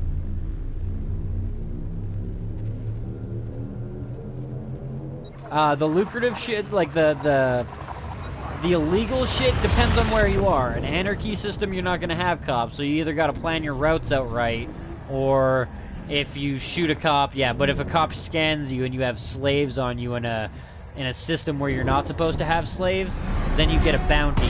And if you get scanned like that at a station, you have seconds to change your route and get the fuck away from that station before it fries your ass like bacon.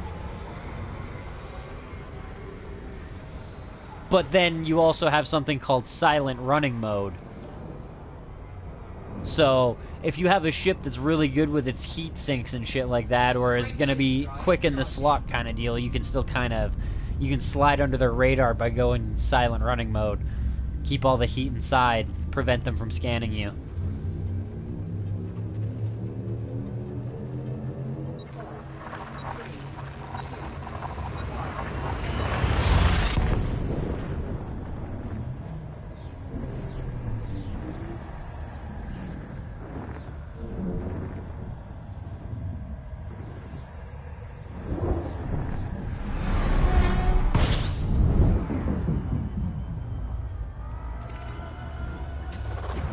Far away are we? 1 to go. Nice.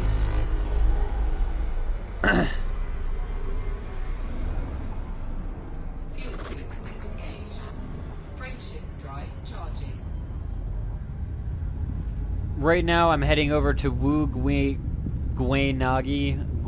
or whatever. I'm trying to find a location that has a lot of massacre missions so that I can stack them, because you only need like I'll show you an example here once we get to this next system. It's the system that we need to be at right now anyways.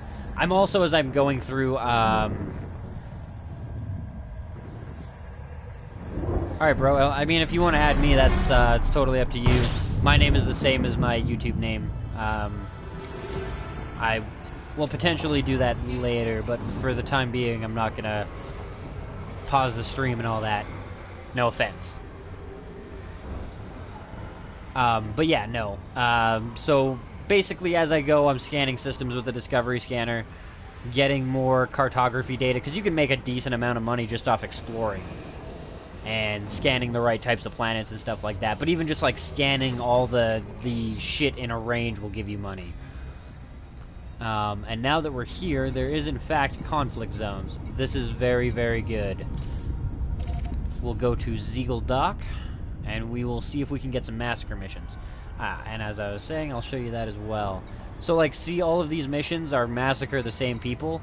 6 out of 24, 6 out of 24, 6 out of 45. So as you go, you can stack all of these missions, and if it's like 6, 6, 8, 10, 15, 30, every kill that you get applies to each one of those missions as long as you're supposed to be killing that faction. So you can stack missions that will provide, you know, 1 million for 20, 1 million for 20, 1 million for 20, you know, 500,000 for 10, and make a very substantial amount of money just by massacring ships in conflict zones. Which is what we're going to be trying to do. If you can stack them, you can make a lot of money that way.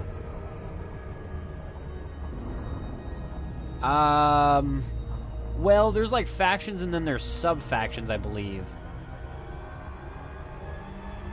So there's 10 primary factions, I believe, and then there's like the one new alien faction that's going to be super terrifying really soon. They apparently have ships that are like immune to conventional weaponry, and they're basically the Yuzhong in like the original Star Wars stories. If any of you have read any of them or like know of the official Star Wars, okay, not official anymore, the Legends Star Wars timeline. Fucking Disney. Makin, Kilo Uniform Sierra. Please place a docking request so we got our for a docking. captain to land at this Imperial facility. Actually, I'm also going to do my braking here. I got your friend request. I'll accept it here in a few minutes. Mission has been approved. Please continue to Bay 20. Ready for automated docking sequence. Yeah, I screenshotted what you had sent me as the name of the place, but I should do that. I probably will here in a few seconds. I'm just getting Bonk Toke ready.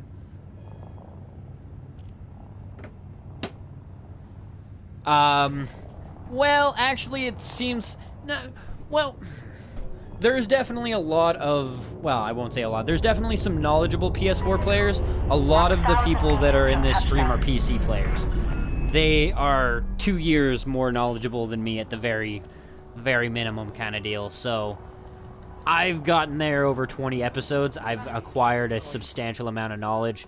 But when I first started this game, I was a cub. You know, I was a single-celled organism finally getting out of the pond.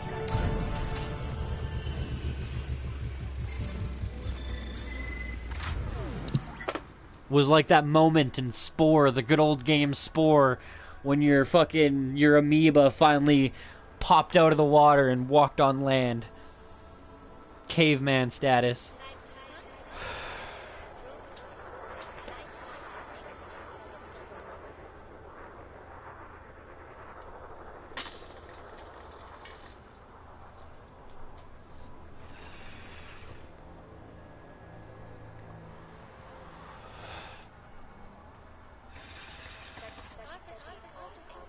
Alright, I apologize. Give me like one more second here. I'm gonna need to pack a different one.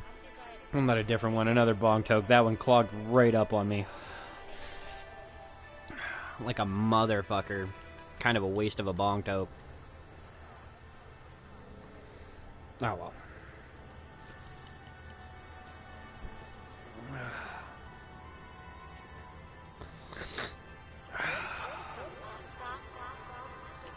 That's what them $140 ounces is for. Okay. I can't see the chat right this second, guys. Give me about a minute. I literally have to step like 2 feet away, but I can't really read it at this angle. But yeah, goddamn clock and ball. The fuck? I just cleaned it like 2 days ago, too.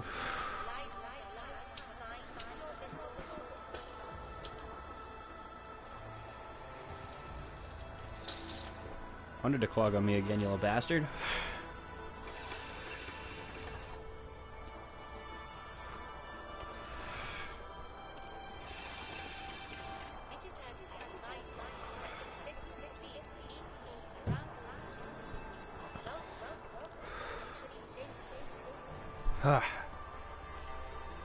Alright.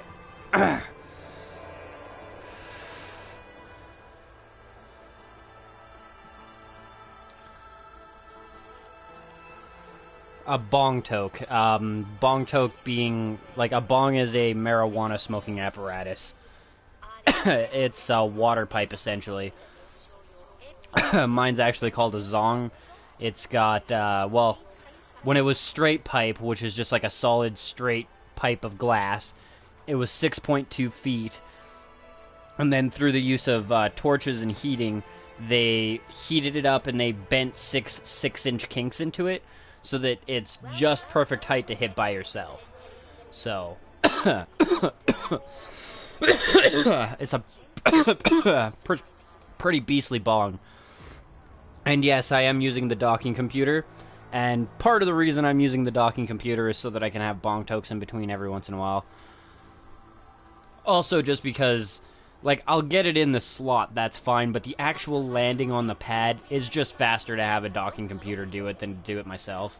I can do it, it's just, yeah, it's just faster for the computer to do that part. Also, Gabe, I will show you quickly on the navigation panel here, go to Galactic Powers, and it will show you the different galactic power standing to answer that question. Oh, wrong one. Galactic power standing. So yeah, there's 10 primary factions, and then there's like an alien faction, I believe. Or there's 11, and then there's an alien. Fed, amp, and no. Yeah, so 11, and then there's like the last one. I believe. Or is this the guy?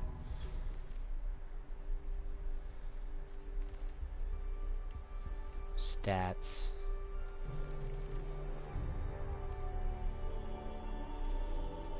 Is it these guys? Are these the Thorgold or whatever? I don't remember. Yeah, that's why I only do it on the inside of the station, because it is... That docking computer is definitely a bong toke. Or, sorry, fuck. Wow. That docking computer is definitely a crackhead some days. And a drunk. And, like, god damn it. Yeah, that's definitely an interesting question that I have as well. It is kind of annoying. My bigger question is, unlike the smaller stations, why the fuck can't you just take off? There's nothing in front of you. There's nothing behind you. Let me go straight, goddammit. I don't need to turn around. Anyways, yeah, these are all your different powers. Also, I'll answer the other question. You do want to side with a faction generally for 4 weeks, as well as get your rating up. From what I understand, you don't need to get your rating to rank 3, sorry, not 4, to rank 3 until you have like 3 weeks into it. But once you have 4 weeks in, you unlock access to their special weapon. And from what I understand as well, once you have this weapon unlocked, or this shield, or this whatever, it's permanently unlocked for you.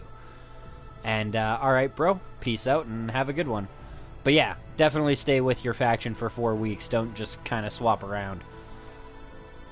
I'm trying to get the prismatic shields because they're just badass. But everybody has something. Alright, so, Starport Services. Can you give me a massacre mission? Also, If you can you call my ship here? I would very much so appreciate that. Well, there's some data delivery, so there's that. Oh my god, the data delivery.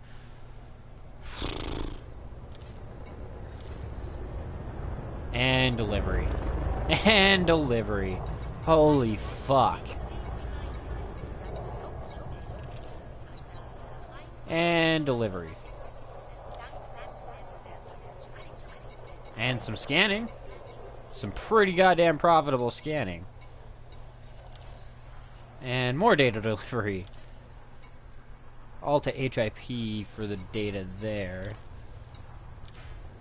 HIP for the domestic and the survival. The booms. What up, Dose? Snoopak. 07 and welcome back to the stream, bro.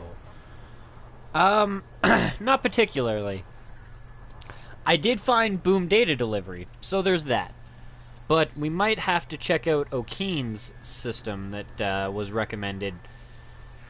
I'm gonna quickly go through my navigation panel and bookmark it so that I don't have to scroll up through the chat later on to find it. Give me 2 seconds here, guys.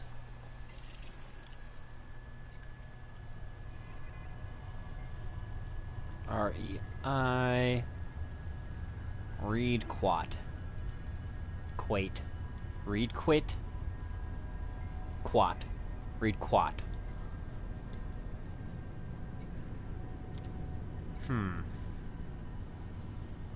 Oh, I did do it wrong. Jesus Christ, am I dyslexic tonight or what?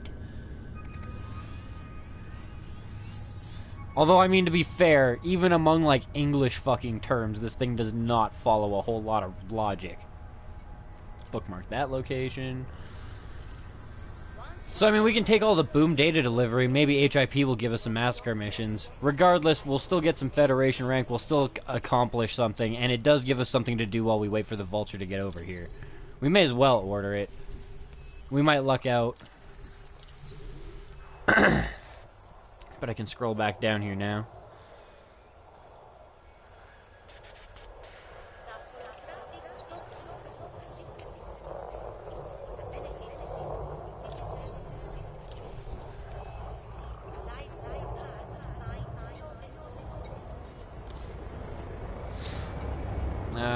Yeah, I should have the cargo. I think I've got 64 for this, so I mean, I may as well.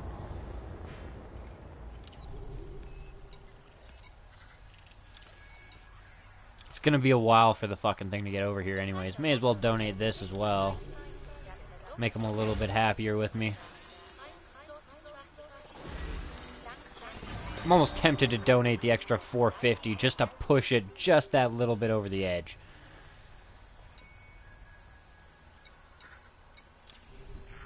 Oh.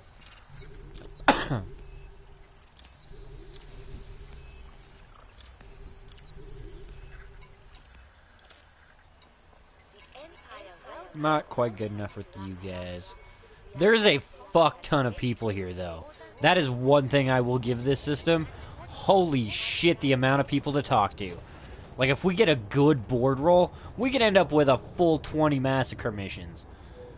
To be fair, though, I'm also going to cancel these other ones. I do feel like they're less likely to spawn if you have them in your thing here. I could be wrong. I could be, but I don't think I am. So I'm just gonna get rid of them.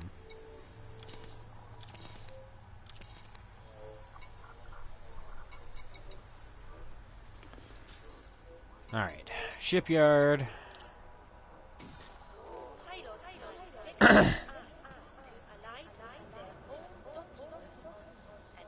Yeah, I'm gonna do some... Oh, well, damn it. You dirty bastard. I'm doing fucking power play for the Empire because I want my prismatic shields. Screw you and your dirty Federation right now. Don't you know I just want into Seoul so I can fuck it up? I'm just fucking with you, man.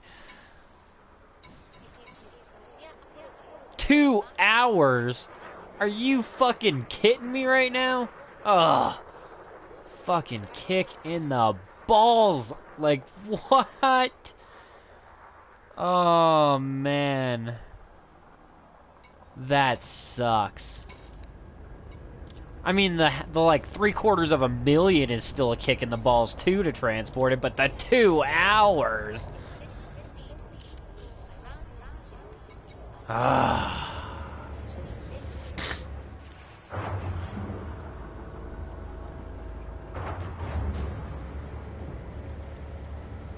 Are you further than me now, Snoopak? Are you at Fed rank 2 or 3? Landing successful. Begin lockdown. Damn it. It's an honor to have you join That was us, some Commander. sloppy ass flying. I'm so used to the vulture now and how like it just like, oh, I'm coming toward the wall, and it just like slides down like nothing. Them dirty drives are, they're spoiling me. You know what I mean? Like I take them for granted now. Scan detected. Landing gear retracted. But yeah, no, I gotta say, like, the dirty drives on the vulture makes that bitch smooth like butter. Scan detected. Yeah, see, in your rank thing, you can be friends with them, and then your rank goes up to 100, and then they give you like an ascension mission where it ranks you up to recruit. But from what I've been told, even if you're at 100%, if you're doing missions for them and shit like that, you still rank up. Like it still tallies up in the background. So theoretically, if you grind, 2 ranks worth of shit, and then you come back and you level up, you could have another level up waiting for you immediately.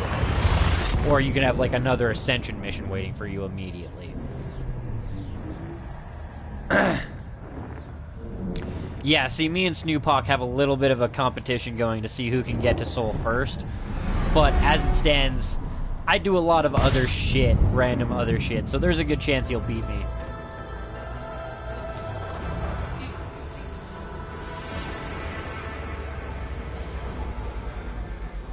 We've got a friendly competition going.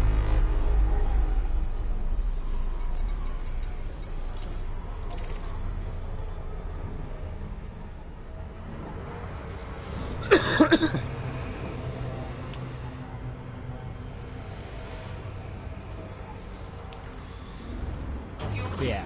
complete. That's why, like, I mean, the Empire, I've been at 100% for a while, and I've ground quite a few missions for them up at Quince and shit like that, so by the time I actually go and get a rank up mission from them, there's a good chance I'll be ready to rank again. Get another one, and immediately hit rank 2.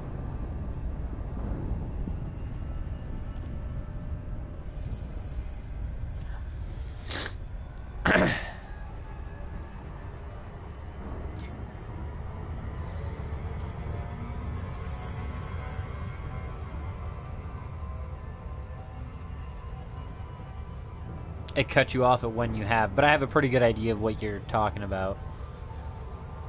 Yeah, see, the missions that I had only stacked up to about 4 mil, but I noticed that as soon as I had massacre missions in my, in my tab thing, they didn't show up anymore on a board. It just, as simple as that, they just did not show up anymore.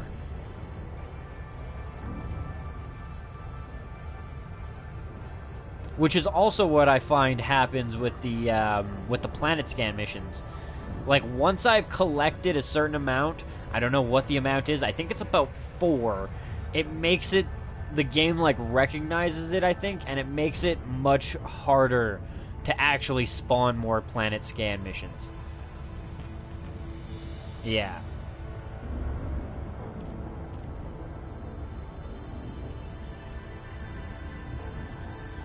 It's gotten wise to our mission stacking shit.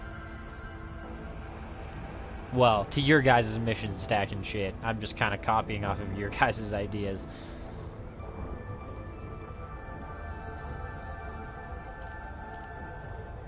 Me, at this point in time, I've been playing about a week and a half, I think. Oh no, I guess it's been 2 weeks? 2 weeks, I think, since it came out. So about 2 weeks then. I've done a lot of various things, though. Like, I'm not sure if you were in the stream at the time, but I mentioned it before. I do tend to try and change the episode every night. You know, I don't want to make money every single night. I don't want to just do trading. I want to make it interesting for you guys and interesting for me. I want to experience all the different corners of this game. So I like to do kind of a jack-of-all-trades playthrough, which is also why I have so many ships. If I had just focused and, like, if I wanted to, I could sell all of my ships and I would theoretically have enough to buy a Conda. And still have enough to cover the rebuy cost in the worst case scenario once. But I'm not really down for that. You know what I mean? Like, there's no point in me just devoting all of that.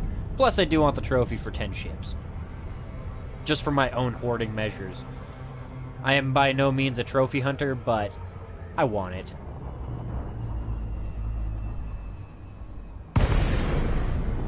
I haven't even found one yet. I haven't found a high-gravity planet. I don't even know if they're in the PlayStation.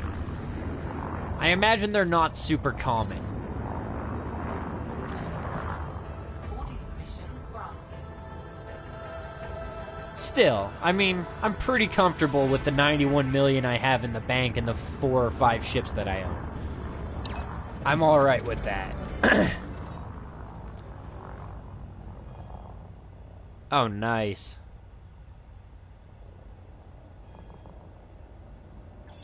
Oh, shit.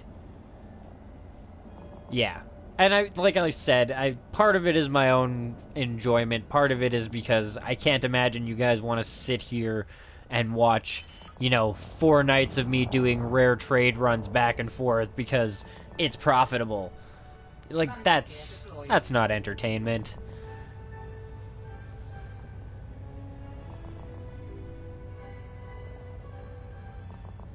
But sometimes a boring episode has to come out, because, yeah, I don't have the ability to edit right now without a good computer to do so. Also with no capture card. So, some of the tedious, boring shit is going to have to be displayed at least once. And I'll try to keep those episodes to a minimum. Now that I understand more of how to do the resource harvesting and shit, I will try to do some of the off-camera shit a little bit more. But yeah, this game is pretty obsessive.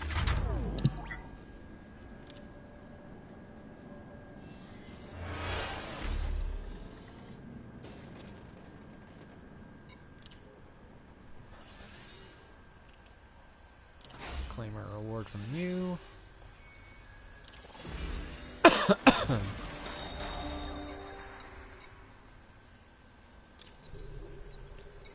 Accept. Accept.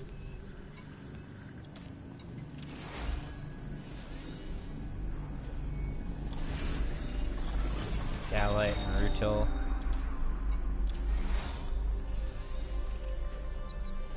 Jesus Christ.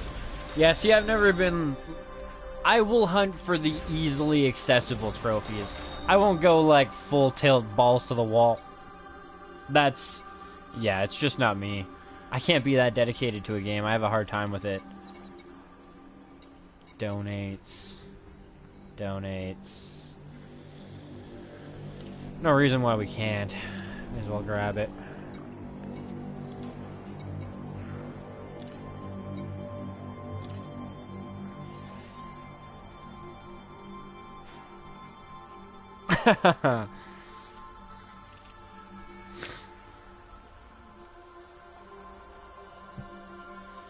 Anyways, yeah.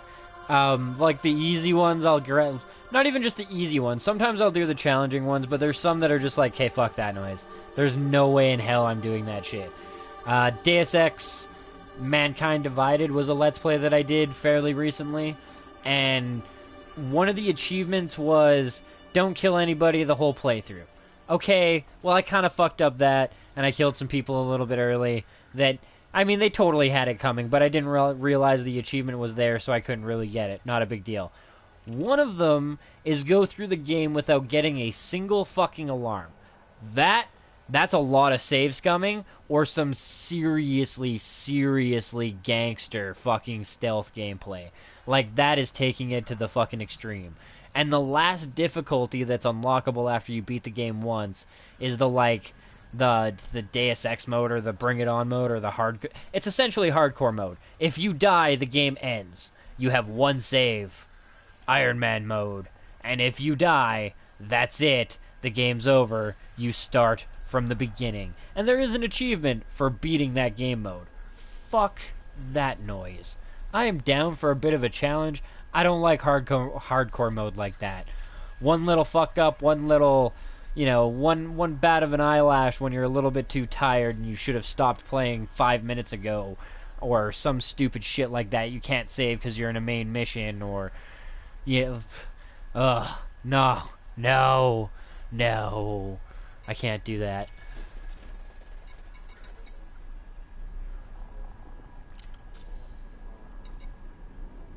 Okay. See, like this. Why not just let me take off from here? So unnecessary to flip me around. Alright. Lock. It was actually more of a pain in the ass for you to do that.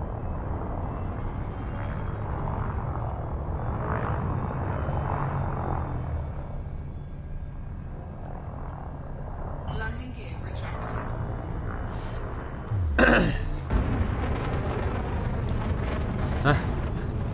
Frameshift drive charging. See, I play so many games, I didn't have to be a trophy whore in that sense. Like, all of my friends would be like, I got this many achievements. Well, I mean, granted, I was on Xbox 360 at the time, but it was like, I got this much gamer score. I got this much gamer score. I'd be like, I got 86,000. But by the time Xbox, 360 was done its run, it was way easier to walk into a store and go, haven't played it, haven't played it, haven't played it, would never play it, don't want to play it, that's garbage. If you know what I mean, it was way quicker than sitting there and being like, played it. Yep, that whole row played it. But I'm just a game whore. That was not my best entrance. Could have been much closer. Could have been 70 before I started gliding. Should probably take the high approach.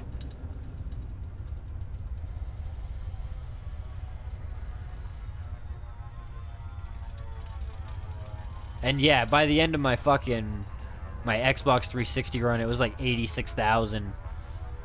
Out of a possible 242,000. So it would have made your OCD, well, not your OCD, but you know what I mean? Your trophy hunting OCD sort of deal just go nuts. Oh man.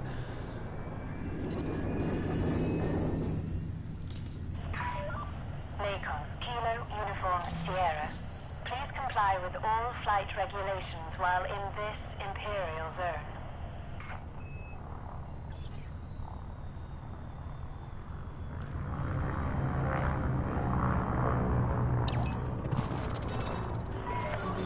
Request approved. Please continue to Bay 06. Initiating auto-docking protocol.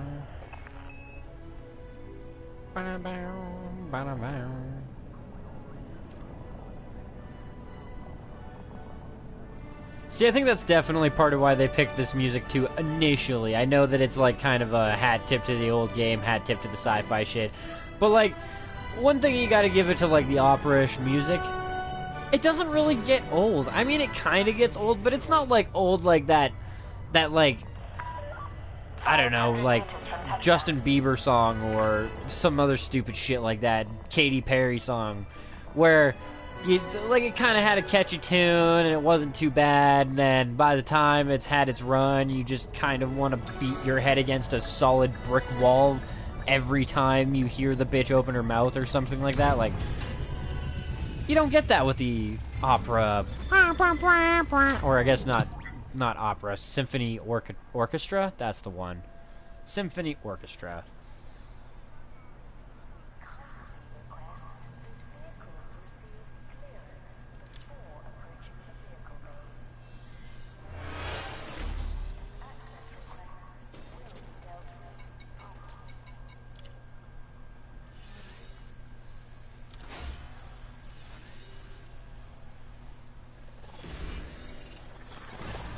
Tell me, guys. No. Oh!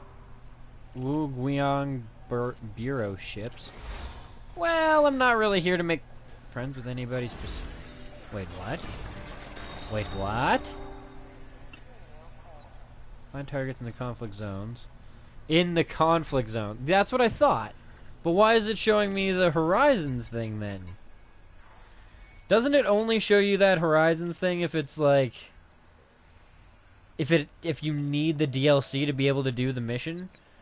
And the only reason I could see why you would need to do that is if you had to land on a planet and like blow shit up on the ground. Meh, whatever. We'll accept it. It's 9 ships. We can do that.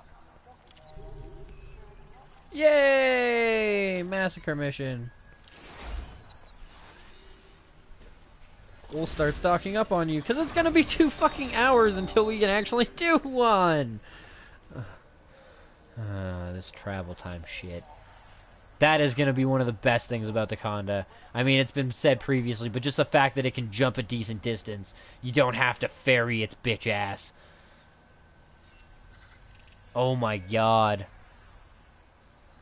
And, what up, Roundum Gamer 07, and welcome to the stream, bro. That's what I mean. But it's a destroy certain amount of fucking... Maybe because when I'm finished, I have to return here to cash in on the mission. That's the only thing I can think of, because I've never had a mission on the ground where I had to blow up 9 ships that also happened to be a conflict zone. Like, there's no conflict zones on the ground, right? Also, I didn't notice you a little bit earlier there, and I apologize, but 07, and welcome to the Streamcaster. And the plan this evening is to try and whore up some money so that we can get closer to our Conda. Because, you know, the Conda is going to be a very nice addition to the fleet. To the Kush fleet. We can accept that. Cash in on this, and see what that other guy might want us to do for him. Well, we can do... Oh, I don't want to do that one. That's a planet one. It is 187,000, but really, that's not that much.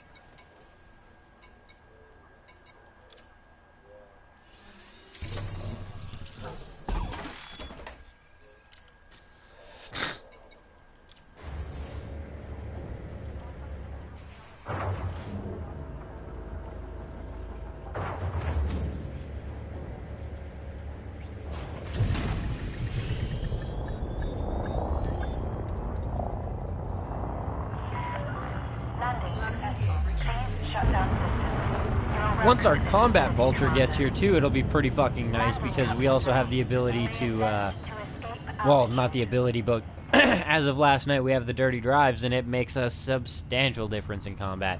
Also, I have an auto-loader experimental added fucking multi-cannon now, so the firepower on that thing has definitely increased. 4, 3, 2, 1, engage.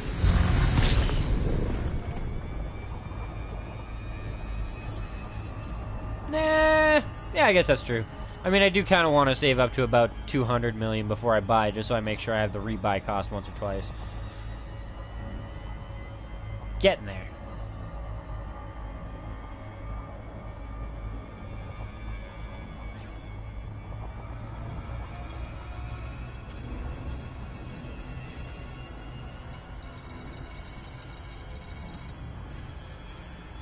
Nice. Yeah, see, I want to use the Vulture.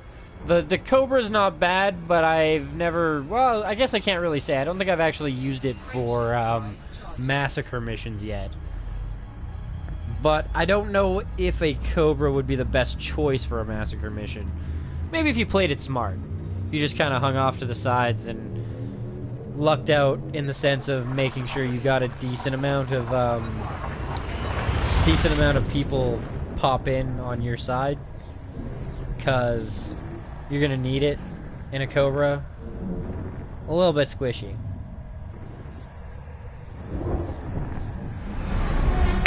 Also, the weapons being not as large is a well, it sucks.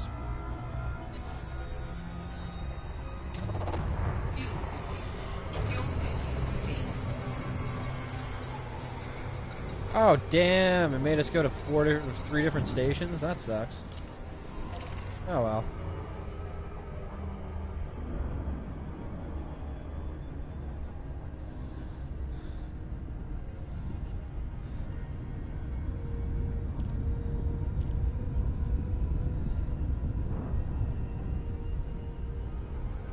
It's not bad up until about has-res, and then you gotta start like, okay, my ass is getting singed a little bit too much.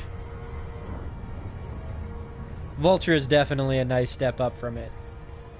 If you get the money, I think it cost me like 18 mil discounted with all the modules and shit like that to build it. So if you get the money, it's definitely worth the investment. You'll make your money back. I've definitely made 20 mil off the Vulture so far, just from the massacre missions that I have been able to get into.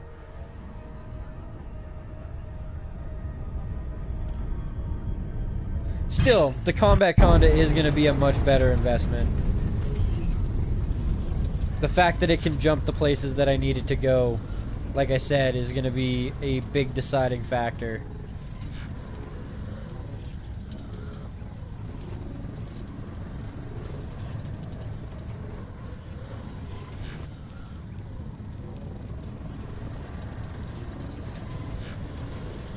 I would just stop, but fuck him.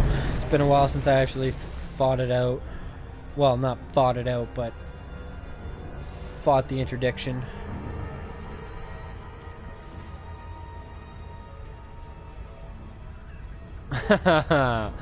Yeah, so did I, though.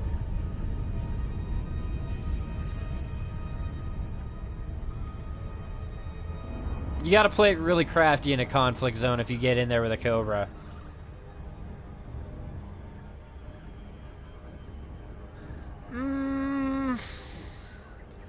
I can't really put my finger on any particular one at this point in time because there's still a couple roles that I haven't done yet. And I'm pretty excited for them, but they're more like late tier roles, so it's not something that's easy to accomplish. But once I get there, not only is it going to be fulfilling just because, you know, I've slaved away to get to that stage, but it's going to be fulfilling in the sense of, like, it's what I've originally wanted to do for a large part of the game. It's also possible that it could be horribly disappointing and just make me want to bang my head against a wall. Why did I ever want to do this? But so far, I don't know. Trading wasn't bad. Kind of boring. Massacres are fun, but I'd like a bigger ship. I mean, the Vulture is a badass in its own right, don't get me wrong, but only 2 weapons, the constant battle with the power plant, and just the battle with power on that thing is kind of shitty. And I've heard there's definitely better combat ships, but the Vulture is a very, very good cost-wise ship. Plus, it's one of the ships that you can actually get fairly early on. Explorer was kind of interesting. Explorer would be more interesting if you could actually, like, get close to planets and see the different features really clearly. And if you could also, like, land on garden worlds, maybe only at, like, specific points, ports or beaches or some shit like that, or if it's Federation owned. And you're not aligned with them, you're not allowed to land on their planets or something. Something along those lines would be kind of cool. Like I said, trading was kind of fun. What else is there? I haven't tried any pirating. I'd like to do illegal good trading and high-profile transports at some point in time. VIP transports and shit. HVTs.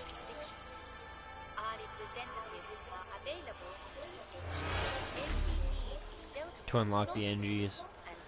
Yeah, see, I have the Farseer unlocked already.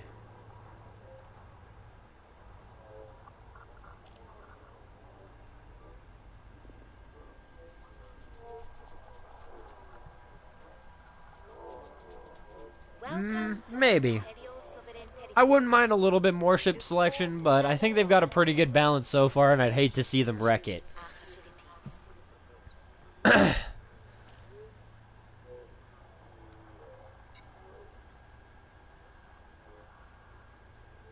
Yeah. She also does engines, but only up to like rank 3, I think. Pilots are cordially reminded to observe facility That's the thing, too. Like, I mean, the dirty drives that I have on the Vulture already make it substantially better, and they're only rank 2. Yeah, not so efficient with me. Unfortunately, I've got a glitch going on with one of my engineers, the one where you sell your black market goods. He won't go past 1. I've been to numerous black markets. I've sold them, you know, goods that are just illegal, goods that are stolen. I've sold them only a few goods, all the goods. It doesn't matter what I do, I cannot seem to get him to go up.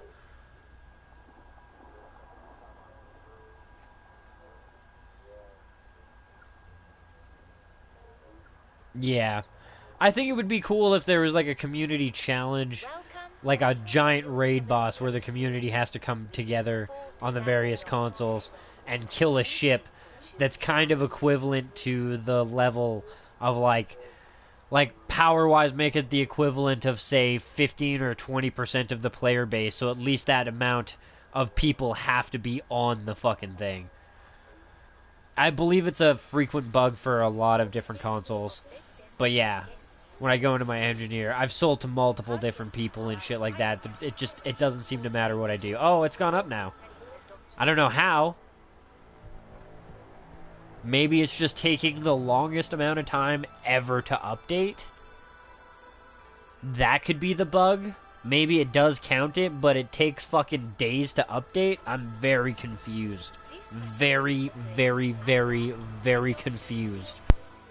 Our representatives are available to ensure your every need is dealt with promptly and to your complete satisfaction.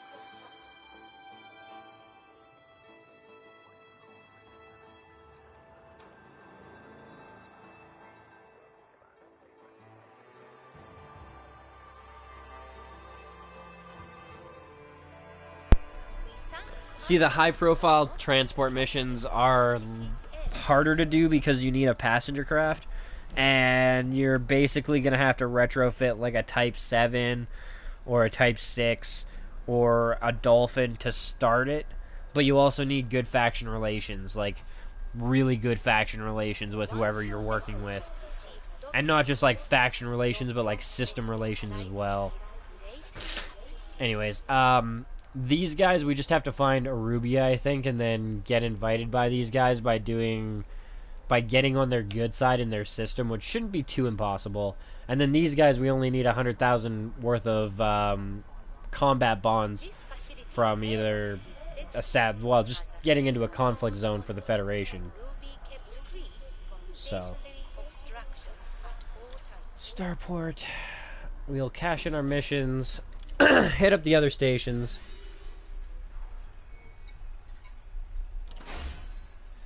But yeah, we've been here for like all of it. Like, I don't understand how that one has gone up by 1 now. It's so fucking strange. That one needs to be friendly. Are you fucking kidding me right now? Are you serious? 28,000 credits. That's what you're gonna pay me for a linked mission and 4 commodities? Those better be fucking meta alloys. I can't do it anyways. And the fact that I have to be friendly with you to even do it. Like, what the fuck? That blows my mind. Blows my fucking mind. Right out the water. Hey, we're finally getting some massacre missions. Good fucking times. Well, we'll definitely keep stocking up on all these guys. Visitors are welcome to warmly to this facility and to Imperial Sovereign Territory, where Bode excellence Hub. is the standard. Do we have to go to Bode Hub already? We do, so we may as well grab this one while we're here. Incoming mission critical message. Different market. Yeah, see, I sold to different markets when we were doing the Let's Play. Like, the stream was there. You can go back and look. I sold to 5 different markets. I sold stolen goods. I sold goods that were just illegal in the market itself by buying them somewhere else and transporting them over. I tried piecing them out. I tried selling them whole. I tried reloading the mission board by starting and exiting. It's been like 2 days and we've only gotten an extra 1 update. It should be at least 4. That much I have proof for. That I definitely have proof for. Okay. Good on the reroll thing. Snakes is easy. There's a way making millions of. They haven't patched it. Ooh. I like the sound of that shit. No, I haven't made a ticket for it. I probably should, and I should probably go back to the episode where I did it. But yeah, no, I mean, like I said, I had probably 10 people at the time watching, and they were all vets. They knew what they were talking about. I think Snoop Hawk might have been there. I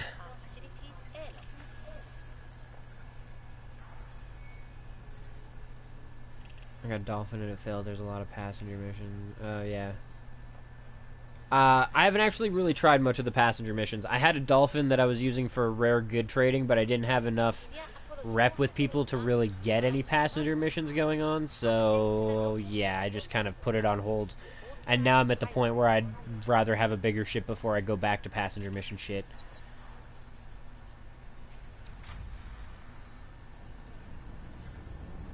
Yeah. Yeah, it's definitely possible. I'll look into it.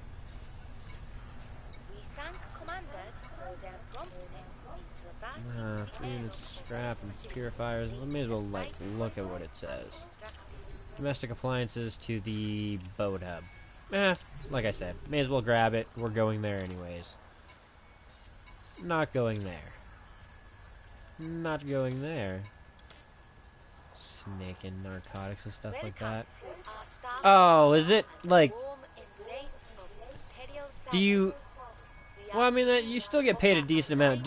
Is it the one where you grab this fucking mission and then you cancel it, and then you take the fine, but you sell the 40 units of whatever they're selling, or whatever they're like trying to get you to transport to the black market and make a killing? Is that what you're talking about, bro? Docking pads are assigned for the benefits of visitors to this facility.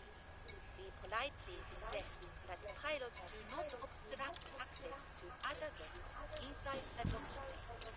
Nah, alright. Fair enough. You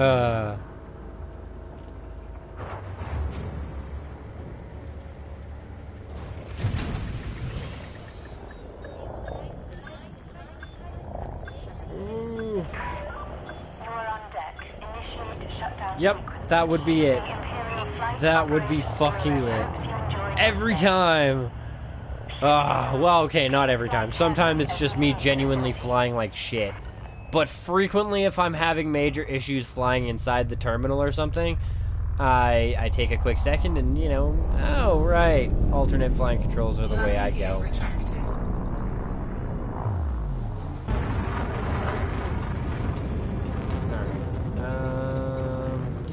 We'll go to the cam one, because boat apparently has a fuck ton of shit over there.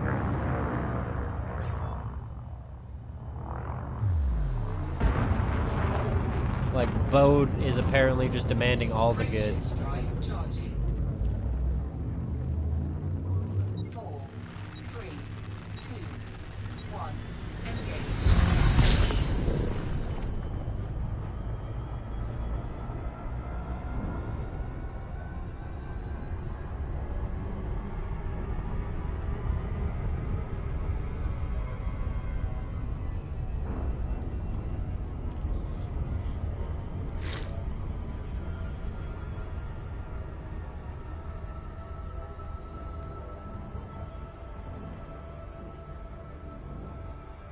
Oh, shit. Gotcha. Gotcha. See, I got, I figured out the... Well, not figured. I kind of deduced the idea that you could get missions that gave you a ridiculous amount of a resource that was high value that only gave you, you know, a shit wage anyways and a pitiful fine, and fuck around that way and then just pay the fine later. But nobody mentioned the Sidewinder self-destruct bonus. Yeah.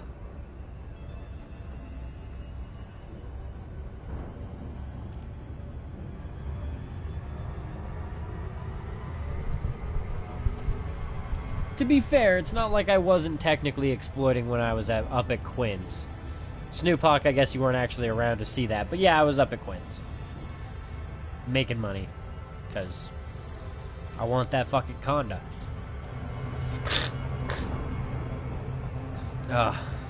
And for all of you that are, like, you know, kind of new to the... Well, not new to the streams, but new to this stream, I apologize for the stuffy nose and such. My province is very much so on fire, and the air quality is terrible. So... it's true.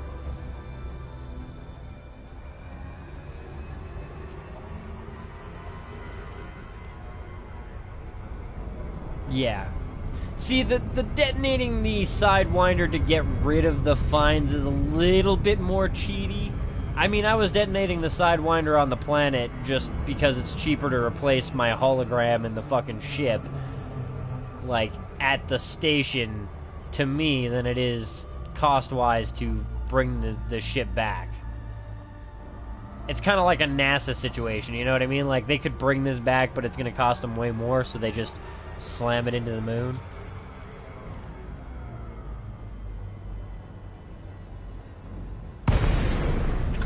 That part's just more like, you know, that's like a business, like leaving a fucking, like a caterpillar out in the middle of the bush because it's not worthwhile to bring it back in. But yeah, like, getting rid of your bounty that way is a little bit more shiesty. Yeah, exactly.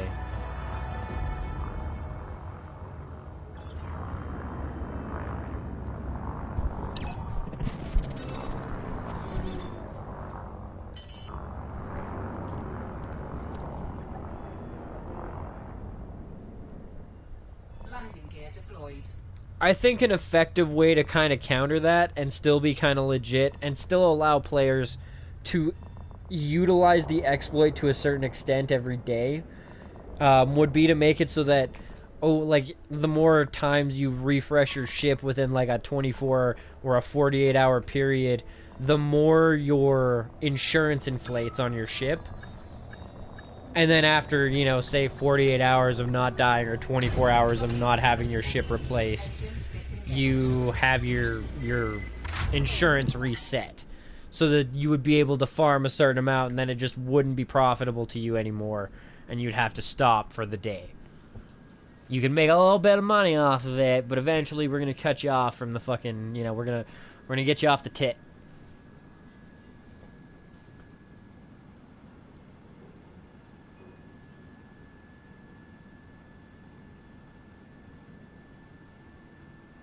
Oh yeah, no, like I plan to have at least 200 million before I buy it. I'm technically just under halfway to my goal. I'm not just gonna immediately buy the damn thing, and I'm not that big of a noob, bro. You can settle down on that one. I won't buy the condo and walk out without having and even then I will be getting the condo at a discount as well. I'm not gonna buy it full price. I'm gonna buy it from a Li Yong Ryu system. Or in the event that I actually have the Founder World ground out, which I don't think I will, I'll buy it that way at the 20% discount. But the 15% discount counts towards your insurance as well. And when your insurance is millions, I'll take that discount. Thank you.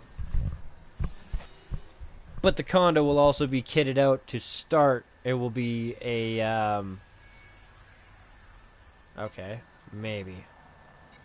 To start, it'll be kitted out in a way that makes it so that it's for cargo and shit like that. It's still going to have weapons and a fighter hangar on it. But, I was sure there was missions here. Did I already cash them in? I must have already cashed them in. Damn. No, it says there was missions here. But there was nothing to cash in. What the fuck? Ship released. Engines I'm engaged. confuzzled. Motherfucker's got me. Whatever. It's not far, we'll figure it out after. Landing gear retracted. 3.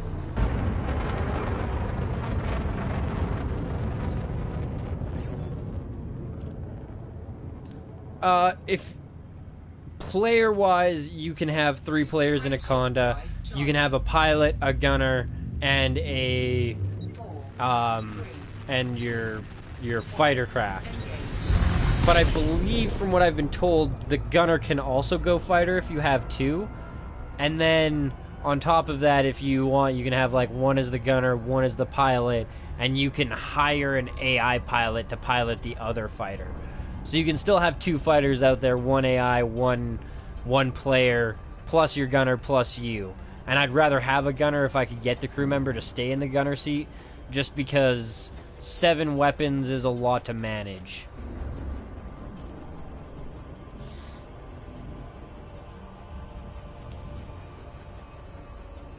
Oh, really? I haven't had issues with that before.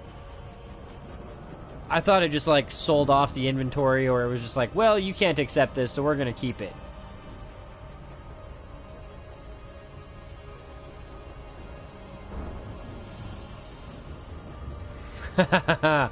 Yeah, you say that now, bro, but, A, you gotta get on the PlayStation 4, and B, once you try the fighter, you might not go back.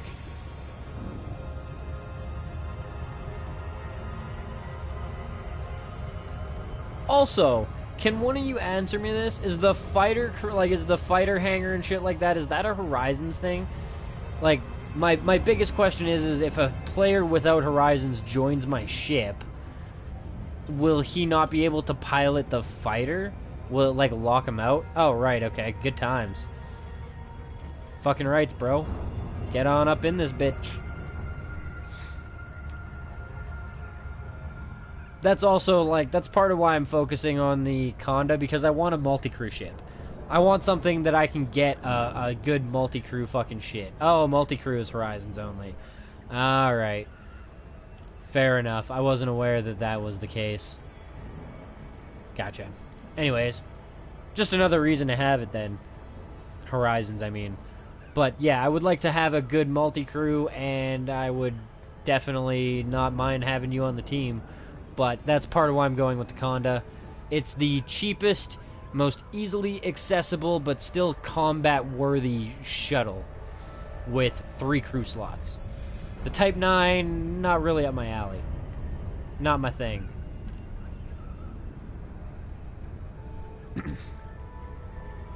I have Horizons already, but yeah. If you don't have Horizons, you should definitely get it. It's worth it. That might also be why I don't see very many people, like, opening their ships to multi-crew. A, they might not want to give up their guns because they might not have, like, the higher tiered ships yet, being that the game is only 2 weeks old on the PS4. But the other part is there's probably a lot of people who just don't have Horizons.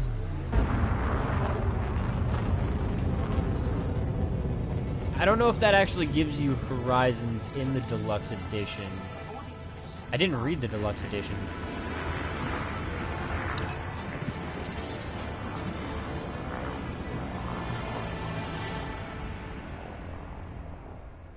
So yeah, I guess if you had multi-crew already, then you already have Horizons. What up, though, Craig? Welcome back to the stream, bro. 07 to you, and, well, that's just good news for me. Okay, gotcha. See, there's a really unfortunate piece of news today, and granted, if you guys know the solution to this, or I'm going to have to talk to the developers or whatever anyways, because I think it kind of spelled it out for us. But Daedalus was nice enough to send me his extra... He ended up buying accidentally the Raider ASPX pack, and he was nice enough to gift it to me So I went ahead and I punched in the code and all that, and it's all accepted, but even though the Frontier store recognizes me as a PS4 player, not a PC player, when I go through the confirmation thing, it says that it's only compatible with PC and Mac, which is really, really unfortunate, and I'm hoping that if I contact them or send them some type of message or something, maybe plead because I'm a YouTuber, like a small scale YouTuber and shit like that, help me out, guys, kind of deal, that I might be able to convince them to help me and get it put onto the PlayStation so that I can actually put the Raider kit onto my ASPX, because that would be fucking awesome. But they have said in their Q&A thing that gifting of like modules and shit was coming crossways, supposedly. Supposedly. And I don't know when. But I still have it, so if that comes, then awesome. Yeah, welcome, bro. 07 to you as well, and yeah, it's unfortunate, but like I said, I'm going to contact them, maybe try the I'm a small-scale YouTuber, pity me card. They might be nice enough to move it over. I hear the devs are pretty fucking reasonable with shit like that, so...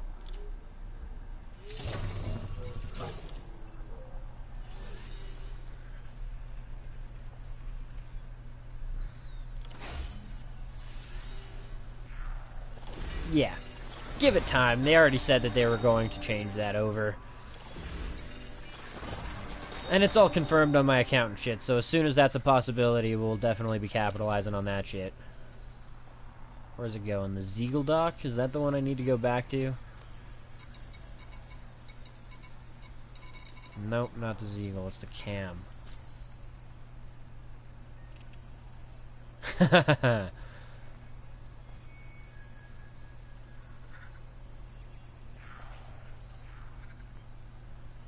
Yeah. Exactly. I'm also gonna open one up for the engineer issues that I've been having.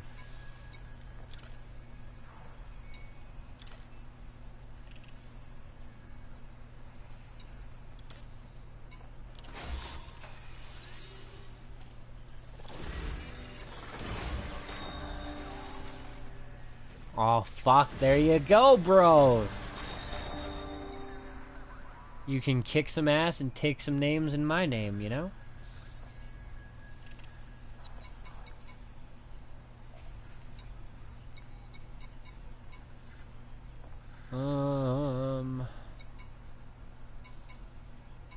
Actually a long jump distance.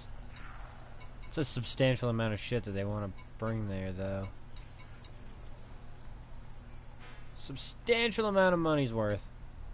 What about this? Is this going to the Cam Enterprise? I'll accept that, because I need to go back there anyways.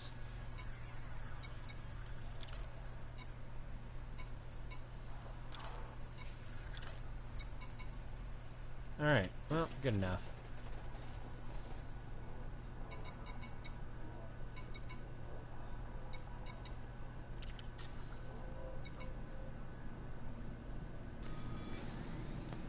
Yeah, cross-platform would be pretty awesome.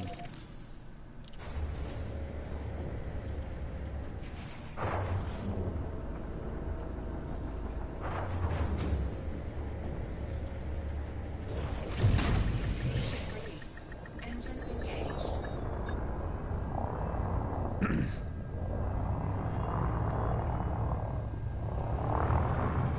Landing gear retracted.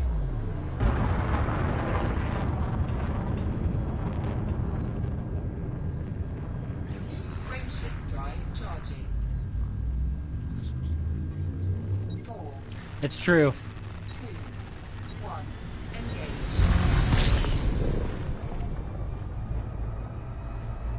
Engage. Sure, bro, I will.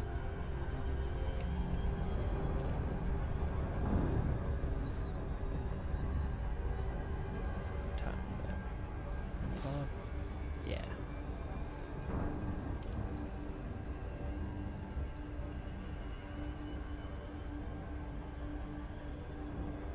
Snooze on PS4.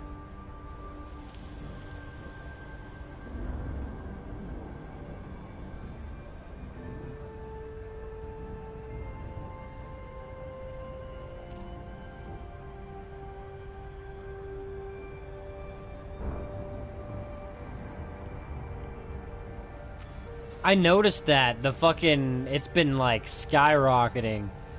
At tier 5 for that already. Tier 4 for that. I think I'm in, like, the top 100 for that. Yeah. I only did one delivery, so it's pretty piss poor for that one. But this one I'm still in the top 50? Top 50, so... 6 million for now.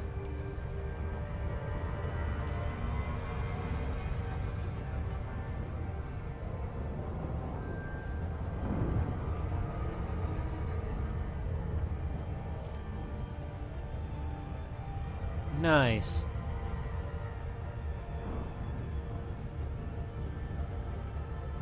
Yeah, see, that's another benefit to the PC. Once you buy the game, you don't pay for some fucking online bullshit. You just pay your internet bill.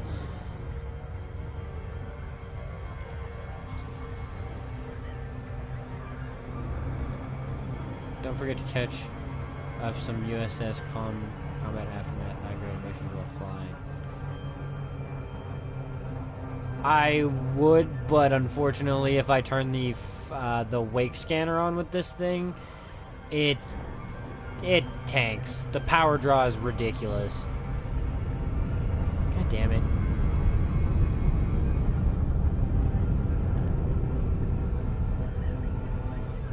There we go.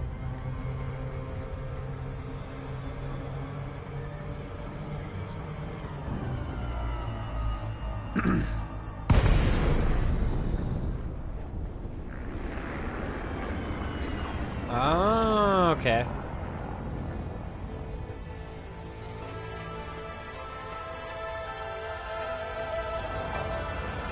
Yeah, definitely. PC having the HCS voice packs is fucking fantastic. I envy you guys for that shit.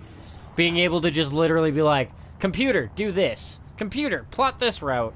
Computer, I need a fucking milkshake. You know what I mean? Like, you can do damn near anything with that shit.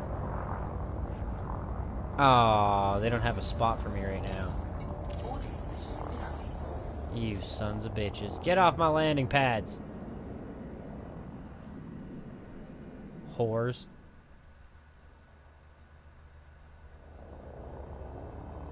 You have 2 landing pads, but you can't let me have 1. Dick move, bro. Dick fucking move. I guess maybe because I need a medium one instead of a small. That one kind of looks open now, though. God damn it. Yeah, I saw the William Shatner one.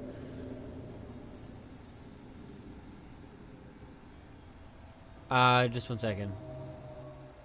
Oh, scroll up. Yeah, the unknown signal sources. Yeah, once I read the USS again, I understood that part. No, yeah. PSVR will be supported for Elite Dangerous. They intend to do that later on, but it isn't right now as far as I'm aware. Or if it is, it's only the head tracking. But I do not have PSVR to test it out myself. I do want to get that soon, though.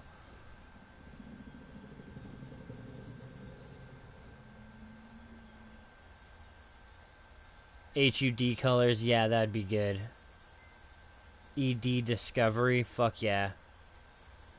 Cytex X55, the voice packs, and an Oculus. The immersion is insane. See, the Oculus I'm not as big of a fan of. I do like the PlayStation VR. I think they have that type of shit good.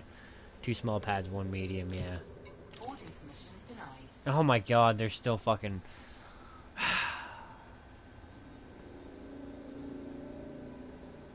See, I can't get one on credit. I got Cleo and Leo. What up, doe? 07 UK Jack, welcome to the stream, bro. Dave voice pack. Or Father's Alien. Finally got some boarding permission. God damn it.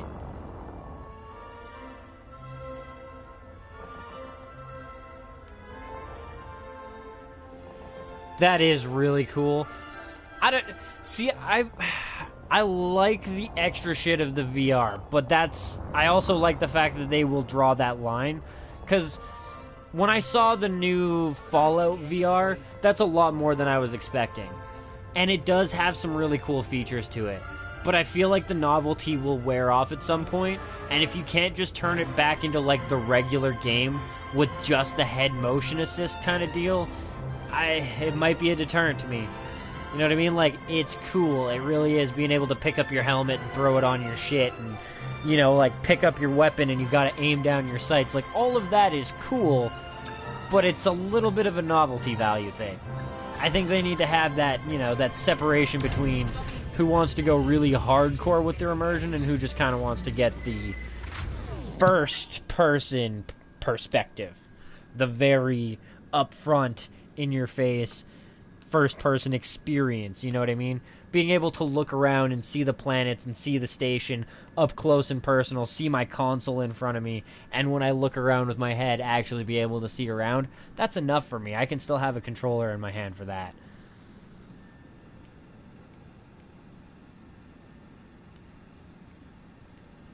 Yeah, see, PlayStation VR in Canada, at least, is only $300, but that's still $300, so... but the Oculus is $500, so yeah. That being said, that's part of why I want to move to Switzerland, because this country sucks dick.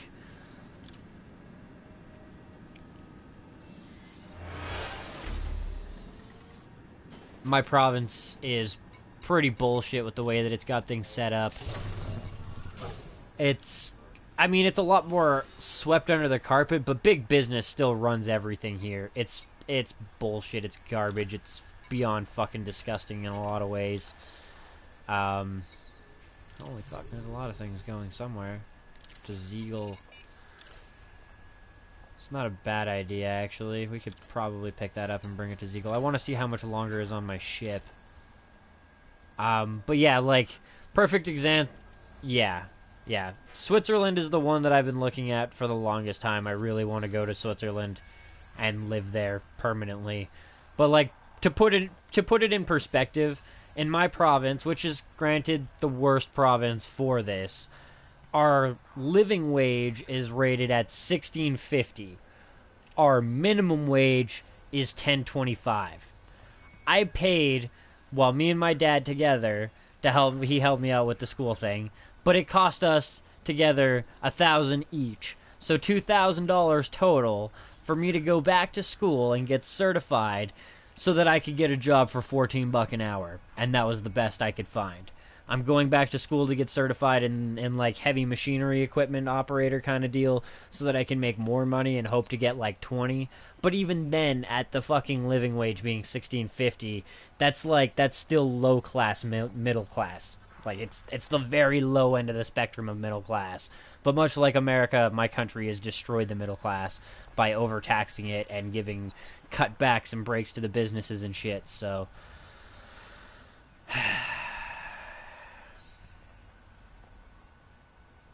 Well, I mean, you can't drive ridiculously fast in the normal areas, but the Autobahn does run through Switzerland, and it's not that far of a drive away. I don't mind the Autobahn. Yeah, I don't care if it's just a big flat piece of road that I get to drive 300 clicks on. At least I'm allowed to do it. 25k, but oh yeah, I guess that's true. Fair enough.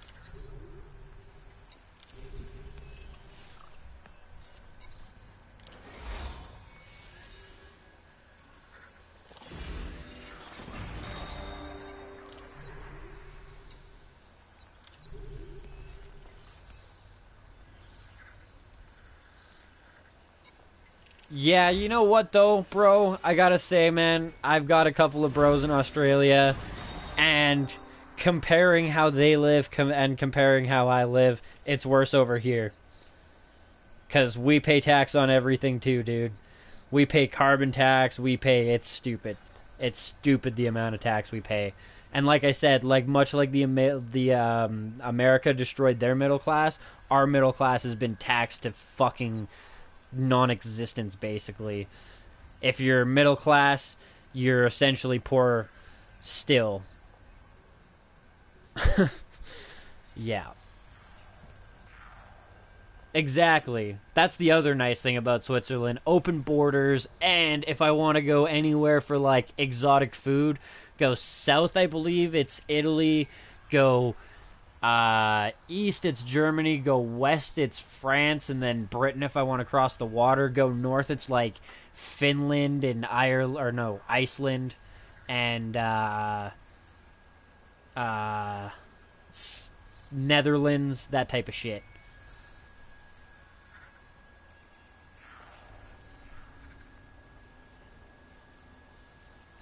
Yeah, well, and I mean, like, the big thing is about Switzerland is the average gas station attendant makes $6 grand a month, like U.S., Canadian, whatever, and their living wage is basically what I pay now. You know what? You want to know what I make a month working at $14 an hour? About $1,800, and that's before tax. So. Yeah.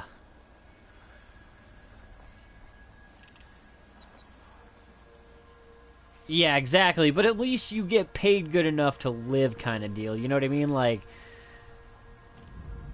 yeah, it's bad. It's fucking terrible here. I'm in Canada, bro. Exotic to me is a poutine. Not just fucking with you. But yeah, no. Alright. Let's go accept those other missions that go to... Make sure it's all to Ziegel Dock, because I want to see how long it's going to take my ship now. Oh. Oh, do I not have enough inventory slots left? I do not, apparently. Well, that's unfortunate. Not the end of the world, but slightly unfortunate. How cool? Oh no, Monsanto still runs our shit. I know people who are farmers, and Monsanto definitely still runs that shit.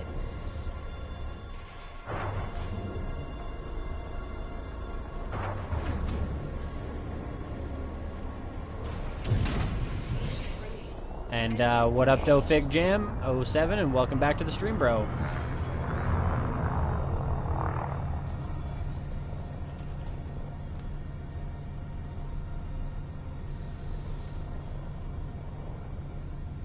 Possibly high tech? That would be my guess, but I'm not 100% sure.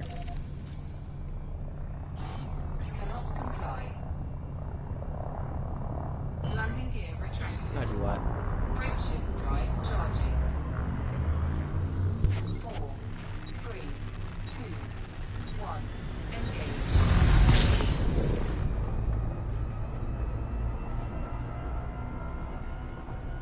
Haha, I called it. Also, Gabe, since you're a little bit more new to it, EDDB on the internet has a whole bunch of shit for it. Somebody else mentioned that there was a better site for commodities, but I can't remember what it is off the top of my head. I'm sure one of you guys will be able to correct me on that.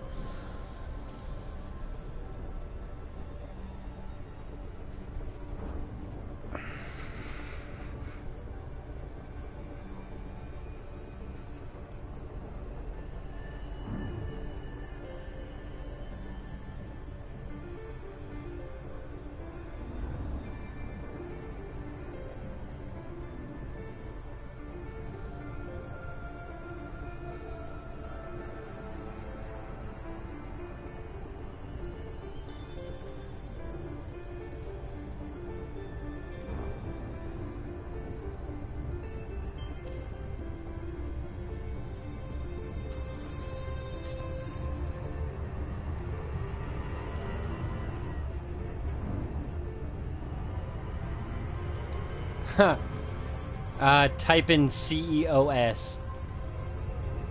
That's probably the best place to do the data missions, depending on who you want to make friends with. Might be a bit of a journey to get there, so you might need a fuel scoop, but it's definitely worth it. If that's all you want to do.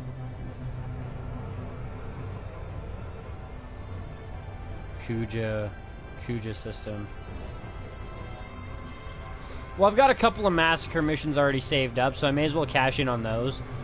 They're not, like, huge ones either. I'm just more waiting for my vulture to get here. because it was a journey and a half for it. God damn, it takes so long to slow down in this ship.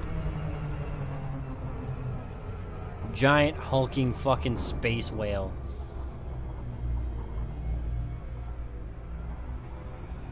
Well, I guess more like a space boulder.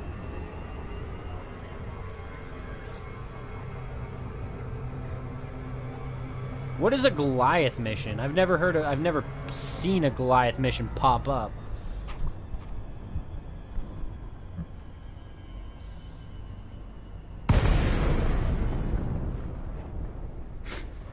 Yeah. Do stuff that's close by too. Make sure you kind of take a look at your light travel distance. It's in your mission specifics. Big skimmer. Please follow all docking regulations and fly safely.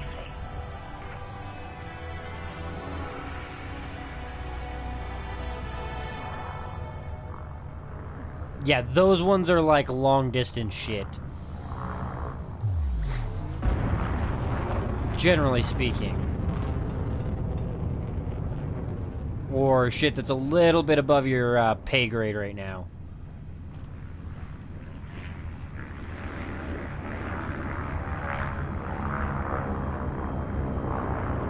Let's get my docking request in.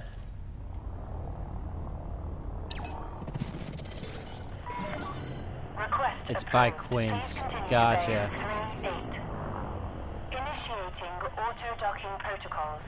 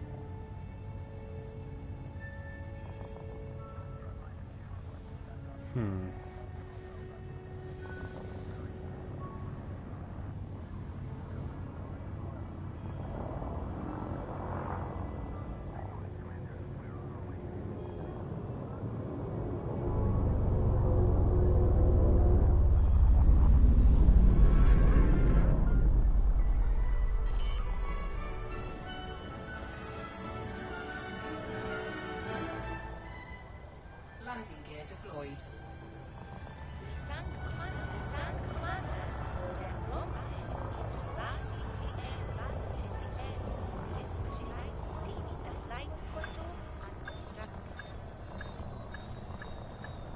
Let's see here too. If I remember correctly, these ones aren't like crazy hard ones. 15, yeah. 3. Please refrain from obstructing access to documents. 9. Yeah, these massacre missions won't take very long at all. And then we'll definitely start looking for a little bit of a better place. This place doesn't have a whole lot in the way of massacre missions, and they're kind of spread out. I mean, conflict zones are here, but that doesn't help us as much as I would very much so like it to. Engaging in aggressive acts within or around this facility. Peaceful operations. True that. Definitely a possibility, Caster. Alright. HIP, HIP, HIP. Just once. Just to see it as like a typo or just because somebody has a horrible sense of humor like me. I'd like to see a system named the HIV system. Under a time slot traffic system and thanks them for their punctuality when arriving and leaving the facility.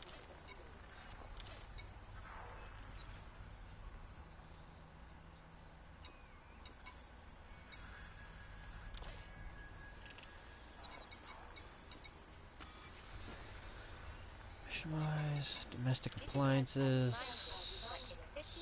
insufficient data capacity. Data capacity? What? Am I out of, like, material storage?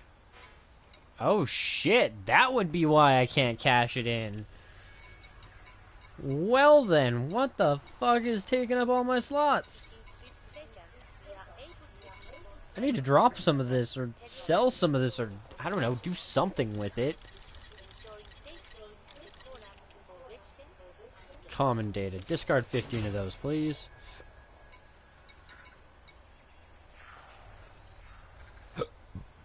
That would be why I couldn't complete the mission.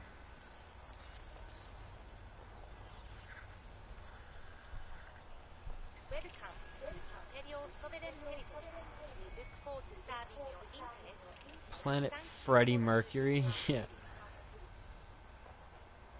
Everything grade 2. Well, I'll keep some of it for now, just because I'm sure I can use that to farm some of the shitty fucking some of the shitty lower level shit with the massive amount of engineers I still need to unlock, so that I can grind away at their lower tiered shit without wasting too many supplies or having to collect new supplies. Because I still have a lot of engineers that I need to unlock and work on and all that type of shit, so I will get rid of, like, the large, bulky shit, but I'll try and keep some of the other shit for now. That's grade 4, grade 1, grade 2, grade 1. See, like, this shit, we can get rid of a whole bunch of this shit. Thank you for choosing our facilities. This stuff.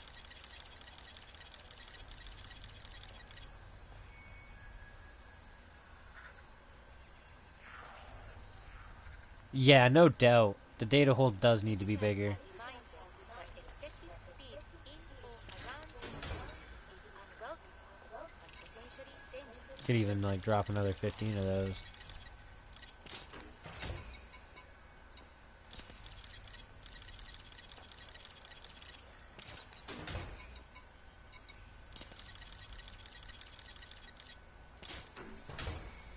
Welcome to Imperial Sovereign Territory. We look forward to serving your interests and thank you for choosing our facilities.